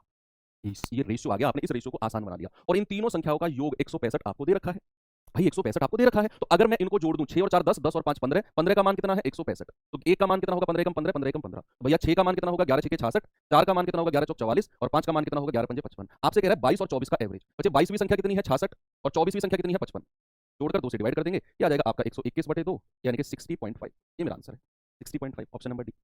ठीक है, सबसे पहले तो आपने वो संख्या निकाली, रेशियो बनाया 6 4 5 का, आपने जोड़ा 15 और वो किसके बराबर हो गया 165 के, 1 यूनिट 11। तो 6 का मान 66, 4 का 44, 5 का 55। आपसे कह रहा है 22 और 24 का औसत। अच्छा 22वीं संख्या 66 है, 24वीं संख्या 55 है, जोड़कर 2 से डिवाइड कर दिया 60.5। ये सवालों में कैलकुलेशन बनती है। ये मत कहना कि सर इसका भी कोई एक लाइन बता दो, कोई एक लाइन नहीं है, इसमें तो कैलकुलेशन बनेगी ही बनेगी, इसमें करनी पड़ती है बच्चा कैलकुलेशन। ठीक है, तो इतनी क्योंकि एक सवाल ही ऐसे आज की क्लास में मैंने सवाल ही वो लिए हैं जो थोड़े से टिपिकल हैं जिनमें कैलकुलेशन बनती है, इतनी कैलकुलेशन तो इसमें बनेगी। मैं ये नहीं कह रहा हूं कि एग्जाम में आएगा सवाल, ऐसा सवाल बन जाए तो इन केस बन जाए तो एटलीस्ट आप अवेयर रहो कि ये सवाल में कैलकुलेशन है और आप उस हिसाब से अपना माइंडसेट तैयार करो। चलो अगला सवाल कि 24 संख्याओं का औसत है 65। ओके, पहली 11 का औसत 67 है, अंतिम 10 का औसत 70 है। कह रहा है कि जो 12वीं संख्या है वो 13वीं से 13 कम है, तो 14वीं संख्या है वो 13वीं से 1 अधिक है। तो संख्या है, तो कह रहा है 12वीं और 14वीं का औसत बताओ। करो सवाल को, और ये भी अल्टीमेट क्वेश्चन है। यहाँ भी सवाल, मुझे लगता है कि ऐसा सवाल एग्जाम में अक्सर बनते हैं, इसीलिए मैं बच्चा इस टाइप को इंक्लूड करके आपके नोट्स में लेकर आया हूँ। ठीक है, मुझे लगता है ऐसा सवाल बनता है। वही चीज 24 संख्याओं का औसत अगर 65 है तो 24 का योग कितना होगा बच्चा? 24 गुणा 65 भाई कितना होगा? 24 पंजे 120 हासिल के 12, 24 छिक्के 144, 144 और 12 कितना होता है? 156। तो ये तो 24 का योग आपने निकाल दिया 1560। 24 का योग निकाल दिया 1560। अब कह रहा है इन्हीं 24 में से जो पहली 11 है उनका औसत 67 है, तो पहली 11 का योग कितना होगा? 11 गुणा 67 भाई ये हो जाएगा 11 सत्ते 77, 11 छिक्के 66, 66 और 7 73, 737। कह रहा है कि जो अंतिम 10 है उनका औसत 70 है, अंतिम 10 का योग कितना हो जाएगा? 10 गुणा 70 यानी कि 700। अब एक चीज आप यहां नोटिस करो, मेरे पास संख्या कितनी थी? मेरे पास संख्या थी 24, मैं बात कर चुका हूं 11 और 10 21 संख्या होगी। कितनी संख्या अभी मिसिंग है? 3 संख्या मिसिंग है ना भाई। टोटल मेरे पास संख्या 24 थी, मैंने 11 और 10 21 की मैं बात कर चुका हूं। अभी 3 संख्या मिसिंग है, कौन कौन सी है वो मिसिंग? सवाल में देख लो, सवाल में बोला है कि जो 12वीं संख्या है वो 13वीं से 13 कम और 14वीं संख्या 13वीं से 1 अधिक। संख्या मिल गई आपको सवाल में, एक संख्या तो 12वीं है, एक संख्या 13वीं है और एक संख्या 14वीं है। ये 3 संख्या है जो मिसिंग है, जो मिसिंग है। अगर मुझे उन संख्याओं का योग निकालना है, 12वीं संख्या, 13वीं संख्या और 14वीं संख्या, बच्चे क्या करेंगे जरा इनका योग बताना भाई। 7, 3 और 14। मैं क्या करूंगा? मैं 24 के योग में से ये माइनस कर दूंगा, तो मुझे क्या मिलेगा? मुझे इन 3 संख्याओं का योग मिल जाएगा, 3 संख्याओं का सम मिल जाएगा। बच्चे 10 में से 7 गया 3, 5 में से 3 गया 2, 5 में से 4 गया 1, तो मुझे 12, 13 और 14 का योग मिल गया 123, 123। पिछले सवाल में तो इन तीनों का मुझे रेशो दे दिया था, यहां उसने एक पहेली बना दी। पहेली सॉल्व करनी आती है आपको? नहीं आती। पहेली, पहेली क्या बनाई है? यहां से बच्चे पहेली की शुरुआत करी है यहां से और यहां तक पहेली आपसे पूछी। पहेली पजल बनाई है उसने, रीजनिंग वाली पहेली बनाई है कि जो 12वीं संख्या है वो 13वीं से 13 कम है, 12वीं संख्या 13वीं से 13 कम है और जो 14वीं संख्या है वो 13वीं से 1 ज्यादा है। तो ये तीनों संख्याओं को कुछ मानना पड़ेगा आपको। कैसे? एक बार फर्स्ट लाइन पढ़ते हैं, सामने देखो, आपको डेफिनेटली समझ में आएगा। उसने कहा जो 12वीं संख्या है ना वो 13वीं से 13 कम है। यहीं पर रुक जाओ, यहीं पर रुक जाओ। अगर मैं 13वीं संख्या को कुछ मान लूं, देखना बच्चे, अगर मैं 13वीं संख्या को मान लूं आर, मैंने मान लिया कि 13वीं जो संख्या है ना उसकी वैल्यू है आर, मान लिया मैंने, तो जो 12वीं संख्या होगी ना वो 13वीं से कितनी कम है? 13 कम है। तो अगर मैंने 13वीं संख्या को आर मान लिया तो 12वीं संख्या कितनी हो जाएगी मेरे भाई? आर माइनस 13 होगी कि नहीं? मैं एक एक लाइन को सॉल्व कर रहा हूं। मुझसे कहा कि जो 12वीं संख्या है ना वो 13वीं से 13 कम है, मैंने 13वीं संख्या को आर मान लिया, तो 12वीं संख्या कितनी हो जाएगी? 13 कम, यानी कि 12वीं संख्या हो जाएगी आर माइनस 13। अब आगे चलो, एक लाइन आगे चलो, कह रहा है कि जो 14वीं संख्या है ना वो 13वीं संख्या से 1 ज्यादा है और 13वीं संख्या को तो मैं आर मान के चला हूं, तो 14वीं संख्या कितनी हो जाएगी बच्चा? Are plus 1। 13वीं से 1 ज्यादा भाई, जो 14th नंबर है ना वो 13th नंबर से 1 मोर 1 ज्यादा है और 13वीं को तो मैं आर मान के चला हूं, तो 14वीं संख्या कितनी हो जाएगी मेरे भाई? R plus 1। बस तीनों संख्या मिल गई आपको, जोड़कर 123 के बराबर करके आर का मान निकाल लो भाई। अगर मैं तीनों को जोड़ूंगा तो R R R 3 R minus 13 plus 1 minus का 12 बराबर 1 2 3। 3 आर कितना हो गया? 123 में 12 जुड़ेगा तो 135 है ना, ये उधर जाकर ऐड हो जाएगा। तो आर कितना हो गया? ये कटेगा इससे 45 बार। आर की वैल्यू मिल गई 45। आपसे कह रहा है 12वीं और 14वीं का औसत। अच्छा 12वीं संख्या कितनी है जरा बताना? आर माइनस 13, तो 45 माइनस 13 यानी कि 32। 14वीं संख्या कितनी है? 45 प्लस 1 यानी कि 46। अब मुझे इन दोनों का औसत बताना है, ठीक है भाई। तो 32 प्लस 46 और बटे 2, तो 6 और 2 8 भाई, 6 और 2 8, 4 3 7 बटे 2, आपका आंसर आ गया 39।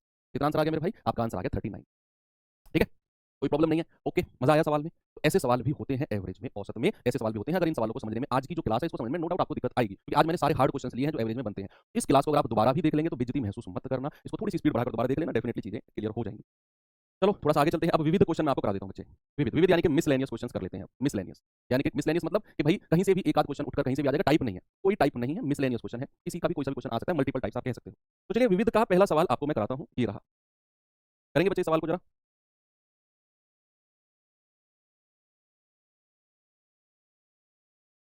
ओके, करिए सवाल को।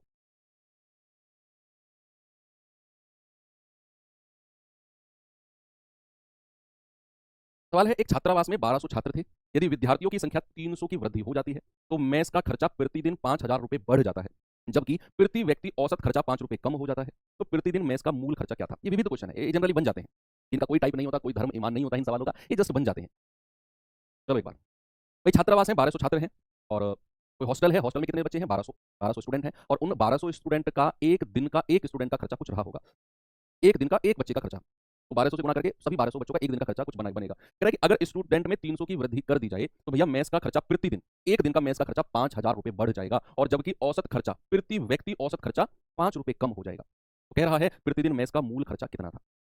देखो ये मोटा मोटा हिसाब है, आप में से कुछ बच्चे हॉस्टल वगैरह में रहे होंगे, नहीं रहे होंगे तो फील कर लो कि हम भी हॉस्टल में रहे हैं। 1200 स्टूडेंट हैं आपके, मान लो आपके हॉस्टल में 100 लोग रह रहे हैं, अब 100 लोग हॉस्टल में हैं, एक बच्चे का मान लो आपका ब्रेकफास्ट, आपका लंच, आपका डिनर, तीनों चीज का एक बच्चे का खर्चा पड़ता है मान लो एक दिन का 200 रुपये। तो 100 लोगों का 100 गुणा 200, एक दिन का, एक दिन का खर्चे की बात करो, मैं आपको महीने की बात ही नहीं कर रहा हूं। एक बच्चे का 200 रुपये, तो 100 लोगों का 100 गुणा 200, 30,000 रुपया। अब हुआ क्या कि 100 लोग तो आप थे, 20 लोग और आ गए बाहर से, वो रहने लगे हॉस्टल में। उनके आने से जो एक दिन का खर्चा 20,000 था पहले आप सभी का, वो खर्चा 20,000 से बढ़ के 22,000 हो गया। भाई बाहर से 20 लोग आए हैं, लेकिन उन जो बाहर से 20 लोग आए हैं उन्होंने भी तो कंट्रीब्यूशन, उन्होंने भी तो अपने हॉस्टल की फीस जमा करी है ना, जिसकी वजह से पर स्टूडेंट जो औसत है वो 5 रुपए कम हो गया। ये वो सवाल कहना चाह रहा है, मोटा मोटा हिसाब ये वो कहना चाह रहा है। अब मुझे इसमें कुछ मानना पड़ेगा, मैं मान रहा हूं ए क्या है, प्रति प्रति छात्र, प्रति छात्र का प्रति दिन का खर्चा, प्रति दिन का खर्चा, प्रति छात्र का प्रति दिन का खर्चा, ये मैं ए मान रहा हूं कि एक स्टूडेंट पर एक दिन का ए रुपया खर्चा होता है। मैंने आपको हिसाब बताया ना, 200 रुपए आपके डिनर ब्रेकफास्ट लंच में लगते हैं, यहां नहीं दिया, मैंने ए मान लिया कि ए जो रुपया है वो प्रति छात्र का प्रति दिन का खर्चा है। तो शुरुआत में स्टूडेंट कितने थे भाई मेरे, 1200। तो शुरुआत में एक दिन का खर्चा कितना था, एक दिन का खर्चा था सर, अगर एक स्टूडेंट का एक दिन का ए रुपया है तो 1200 का कितना हो जाएगा, 1200 गुणा ए, ये एक दिन का है। 1200 लोगों का इतना खर्चा एक दिन का होता था। अब उसने कहा कि भैया 300 लोग आ गए और खर्चे में 5,000 रुपए की वृद्धि हो गई, तो बच्चे 1200 ए तो पहले हो रहा था खर्चा, अब कितना और बढ़ गया है, 5,000 रुपया और बढ़ गया। पहले तो एक दिन का 1200 लोगों का जो खर्चा था वो था 1200 ए, अब 300 लोगों के आने से प्रतिदिन 5,000 रुपए खर्चा बढ़ गया, तो 1200 ए में 5,000 मैंने ऐड कर दिया, बराबर बराबर। अब कितने छात्र हो चुके हैं भाई, 1200 और 300 बच्चा, अब हो चुके हैं 1500 छात्र, 1500 छात्र, और इनका औसत कितना हो गया है, 5 रुपए कम हो गया है बच्चे। मैंने एक छात्र का ए मान के चला हूं, तो अब नया कितना हो जाएगा, ए माइनस 5। ने बोला ना प्रति व्यक्ति औसत 5 रुपए कम हो गया, तो अब टोटल कितने हो गए हैं भाई, 1200 पहले थे, 300 और आ गए, 1200 में 300 जोड़कर बताना कितना हुआ, 1500, तो 1500 लोग हो गए हैं और खर्चा ए माइनस 5। ये सॉल्व करके ए का मान निकाल लो, जल्दी से मुझे बताओ क्या उत्तर होगा, ए की वैल्यू क्या होगी बच्चे। आप कहेंगे 1200 ए प्लस 5,000 बराबर 1500 के अंदर मल्टीप्लाई करेंगे तो 1500 ए, माइनस 1500 की 5 में करेंगे तो 7500। भाई ये 1200 उधर जाकर माइनस होगा तो 300 ए बचेगा, और ये 7500 इधर आकर प्लस होगा तो ये आ जाएगा 12,500। भाई 7500 5000 में जुड़ेगा तो 12,500, तो बच्चे ए का मान कितना आ गया, 12,500 बटे 300, यानी कि 125 बटे 3। ये तो ए का मान है। हमसे क्या पूछा है, हमसे पूछा प्रतिदिन मेस का मूल खर्चा, वो तो कितना था 1200 ए, है ना, मूल खर्चा कितना था, मूल खर्चा वो था आपका 1200 ए, तो 1200 में गुणा करेंगे किसकी, 125 बटे 3 की, तो 3 चौके 12, ये आ जाएगा आपका 50,000। 125 की 4 में गुणा करेंगे 500 और गुण 2 जीरो, यानी कि 50,000, बिल्कुल सही है। ये आपका अच्छे लेवल का सवाल है, अच्छे लेवल का सवाल है। इस सवाल को दोबारा भी देख लोगे ना कोई प्रॉब्लम नहीं होगी, ऐसा कॉन्सेप्ट मैं करा चुका हूं आपको, ऐसा कॉन्सेप्ट किसी के आने से औसत इतना बढ़ गया, बेसिक जो टाइप था, है ना। तो ये एक मिसलेनियस का अच्छे टाइप का क्वेश्चन है मेरे भाई। चलते हैं थोड़ा सा आगे, ये सवाल करिए जरा, टेम्परेचर वाला एक करेंगे जरा इस सवाल को जल्दी से, क्या होगा इसका उत्तर बताओ भाई, जल्दी से उत्तर इसका क्या होगा।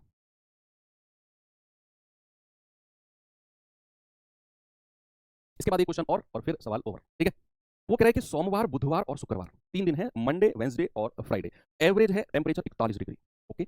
बुधवार, गुरुवार, शुक्रवार, Wednesday, Thursday, Friday, average temperature है 42, ओके। और कह रहा है कि यदि गुरुवार यानी कि थर्सडे को अगर टेम्परेचर आपका 43 था, तो मंडे को बताओ क्या होगा।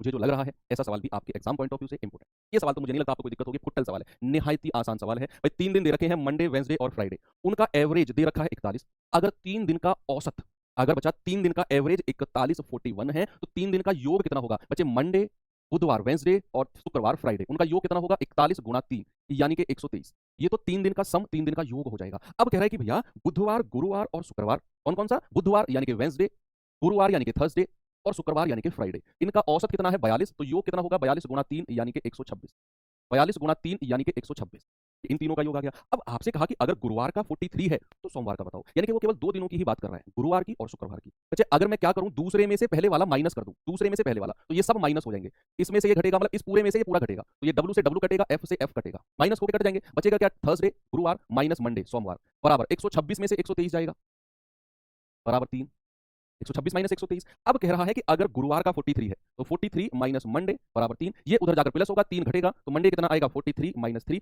यानी कि सोमवार को जो टेम्परेचर था वो कितना था 40 डिग्री सेल्सियस। आपने क्या किया, इन तीनों का एवरेज दिया था, आपने योग निकाल दिया, आपको इन तीनों का एवरेज दिया था, योग निकाल दिया आपने, बड़े जो बड़ी संख्या वाला 126 बड़ी है, 123 छूट गए, बड़े में से छोटा माइनस कर दिया आपने, तो जो कॉमन आ रहे थे, जो दिन हमारे समान थे वो आपस में कट गए, बचा थर्सडे माइनस मंडे, 126 माइनस 23 3 हो गया सवाल, ठीक है। एक और मिसलेनियस क्वेश्चन, विविध क्वेश्चन, ये करिए, करेंगे बच्चे सवाल को जल्दी से, क्या होगा सवाल भाई बताओ जल्दी से उत्तर। फरवरी 2020 के दौरान श्यामलाल की औसत दैनिक आय 560 थी, पहले 16 दिनों की औसत 590 और अंतिम 16 दिनों की जो औसत है वो 500। तो 14, 15, 16 फरवरी के लिए औसत क्या थी, यहां आपको थोड़ा सा रीजनिंग लगेगा। थोड़ा सा रीजनिंग यहाँ पर लगेगा। आपको पता करना है कि फरवरी 2020 में कितने दिन होते हैं। कोई बताएगा मुझे? कोई बताएगा मुझे कि फरवरी 2020 में कितने दिन होते हैं? 2020 एक लीप वर्ष है या साधारण वर्ष है? आप कहेंगे सर ये तो 4 से कटती है। 4 पंजे 20, और अगर जो 4 से कट गई वो लीप वर्ष है। क्या है वो? लीप वर्ष है। तो फरवरी 2020 में कितने दिन होंगे? 29 दिन। कितने दिन होंगे मेरे भाई फरवरी 2020 में? कितने दिन होंगे? 29 डेज। यही तो मोस्ट इंपोर्टेंट चीज थी इस क्वेश्चन की कि फरवरी 2020 में 29 डेज होंगे। एक कह रहा 366 दिन होंगे सर फरवरी 2020। हाँ मेरे से तुमको तो गले लगा करना, कम से कम 10 मिनट रोने का मन कर रहा है मेरा। कम से कम 10 मिनट रो, आपस के दुख दर्द बांटे दोनों भाई मिलकर। पर चलो मौका मिलेगा ये भी किसी दिन। ओके, अब सुनो, ये तो श्योर हो गया कि 29 डेज है। अब कह रहे हैं कि जो पहले 16 दिन है उनका औसत 590 है। मैंने कहा जहां भी औसत दिया होगा बच्चा योग निकालेंगे। तो पहले 16 दिन का औसत कितना है? 590। तो योग हो जाएगा 16 गुना 590। 16 जीरो जीरो, 16 निम्मा 144 हासिल के 14, और 16 पंजे 80 और 14 94। ये 9440 आ गया पहले 16 दिनों का योग। कह रहा है कि जो अंतिम 16 दिन है, अंतिम 16 दिन है उनका योग 500 है। अंतिम 16 का योग कितना होगा? 16 गुना 500 यानी कि 8000। अब आप एक चीज देख रहे हो कि सर ये कैसे हो सकता है? सर ये कैसे हो सकता है कि सर दिन तो 29 है, 29 डेज है। सर दिन तो 29 डेज है, और अच्छा 29 डेज की भी दे रखी है ना, तो 29 डेज का योग और निकाल दो। 29 डेज का कितना है? 560। 560 तो 29 गुना 560, तो ये कितना होगा भाई? ये हो जाएगा आपका जीरो। 29 सिक्के कितना होता है? 174 हासिल के 17, 29 पंजे 145, और 17 162 है। ये इतना कैसे हो गया? हाँ इतना ही, 16240। ठीक है भाई, गुना देख लेना, गलत तो नहीं किया है। 29 सिक्के 174 का 4 हासिल के 17, 29 पंजे 145, 7 5 12 4 5 और 1 6। चलो ठीक है, तो ये टोटल पूरे महीने का आपको योग मिल गया। अब एक चीज आपने बड़ी अलग सी नोटिस की है कि सर दिन तो मेरे पास 29 है, लेकिन ये तो 16 और 16 32 दिनों की बात कर चुका है। इसका मतलब जो दिन है वो ओवरलैप हो गए हैं। अगर उसने बोला है ना पहले 16 और अंतिम 16, मतलब ये वही कहानी है जो मैं आपको करा चुका हूं कि अगर वो ए बी सी की बात कर रहा है और पहले 2 और बाद के 2 की बात कर रहा है, मतलब बी को 2 बार काउंट कर लिया है। यहां भी ओवरलैप की कंडीशन बनी है। अच्छा ओवरलैप की कंडीशन बनी है कौन कौन से दिन? ये रहे 14 15 16। उसने साफ साफ लिख दिया, उसने साफ साफ लिख दिया कि भैया 14 15 16 दिन है जो ओवरलैप हुए हैं। अच्छा अगर मुझे 14 15 और 16 का योग निकालना है, पहले योग निकालो। इन तीनों का योग निकालने के लिए आपने इन दोनों को जोड़ना है। जरा जोड़ेंगे, 0 4 4 9 8 17, और इसमें से ये माइनस कर दो, 29 का योग माइनस कर दो। भाई जो 16 और 16 32 का योग है ना, उसमें से 29 का योग माइनस कर दो, तो जो 3 दिन ओवरलैप थे 14 15 16 उनका योग आ जाएगा। 0 4 में से 4 गए 0, 4 में से 4 गए, 4 में से 2 गए 2, 7 में से 6 गए 1, 1200। ये तो योग आ गया। बच्चे औसत कितना होगा? एवरेज वो हो जाएगा 1200 बटे 3। भाई 3 दिन है ना, तो 3 से डिवाइड कर देंगे, ये आ जाएगा 400। ऑप्शन नंबर बी बिल्कुल सही जवाब। ठीक है, बिल्कुल सही जवाब है ना भाई? भाई फरवरी में 29 दिन होते हैं 2020 में। उसने कहा 29 दिनों का, देखो उसने कहा 29 दिनों का जो औसत है वो 560 है। तो 29 का योग कितना होगा? 16240। कह रहा है कि जो पहले 16 है उनका औसत 590 है, तो 16 गुना 590 ये आ गया। जो अंतिम 16 है उनका औसत 500 है, तो उनका योग आ गया ये। अब 16 और 16 32 का योग हो गया 17440, 32 का, और 29 का योग है मेरे पास 16240। ऐसा कैसे हो सकता है? दिन तो 29 है फरवरी 2020 में, 32 दिनों का कैसे योग निकाल सकता हूं? सर 3 दिन ओवरलैप हो गए हैं। कौन कौन से? 14 15 और 16, उनका योग निकालना है। तो 32 में से 29 का योग घटाएंगे, 1200 आएगा। जो औसत होगा उसके लिए 3 से डिवाइड कर देंगे, तो 400 हमारा आंसर है। ठीक है बच्चे, अब मैं एक क्वेश्चन आपको होमवर्क के लिए दे देता हूं और उम्मीद करता हूं कि आप लोग उसको सॉल्व करेंगे। ये रहा, ठीक है, तो सॉल्व कर लेना और आंसर मुझे टेलीग्राम ग्रुप पे बता देना। कल बच्चे आपकी जो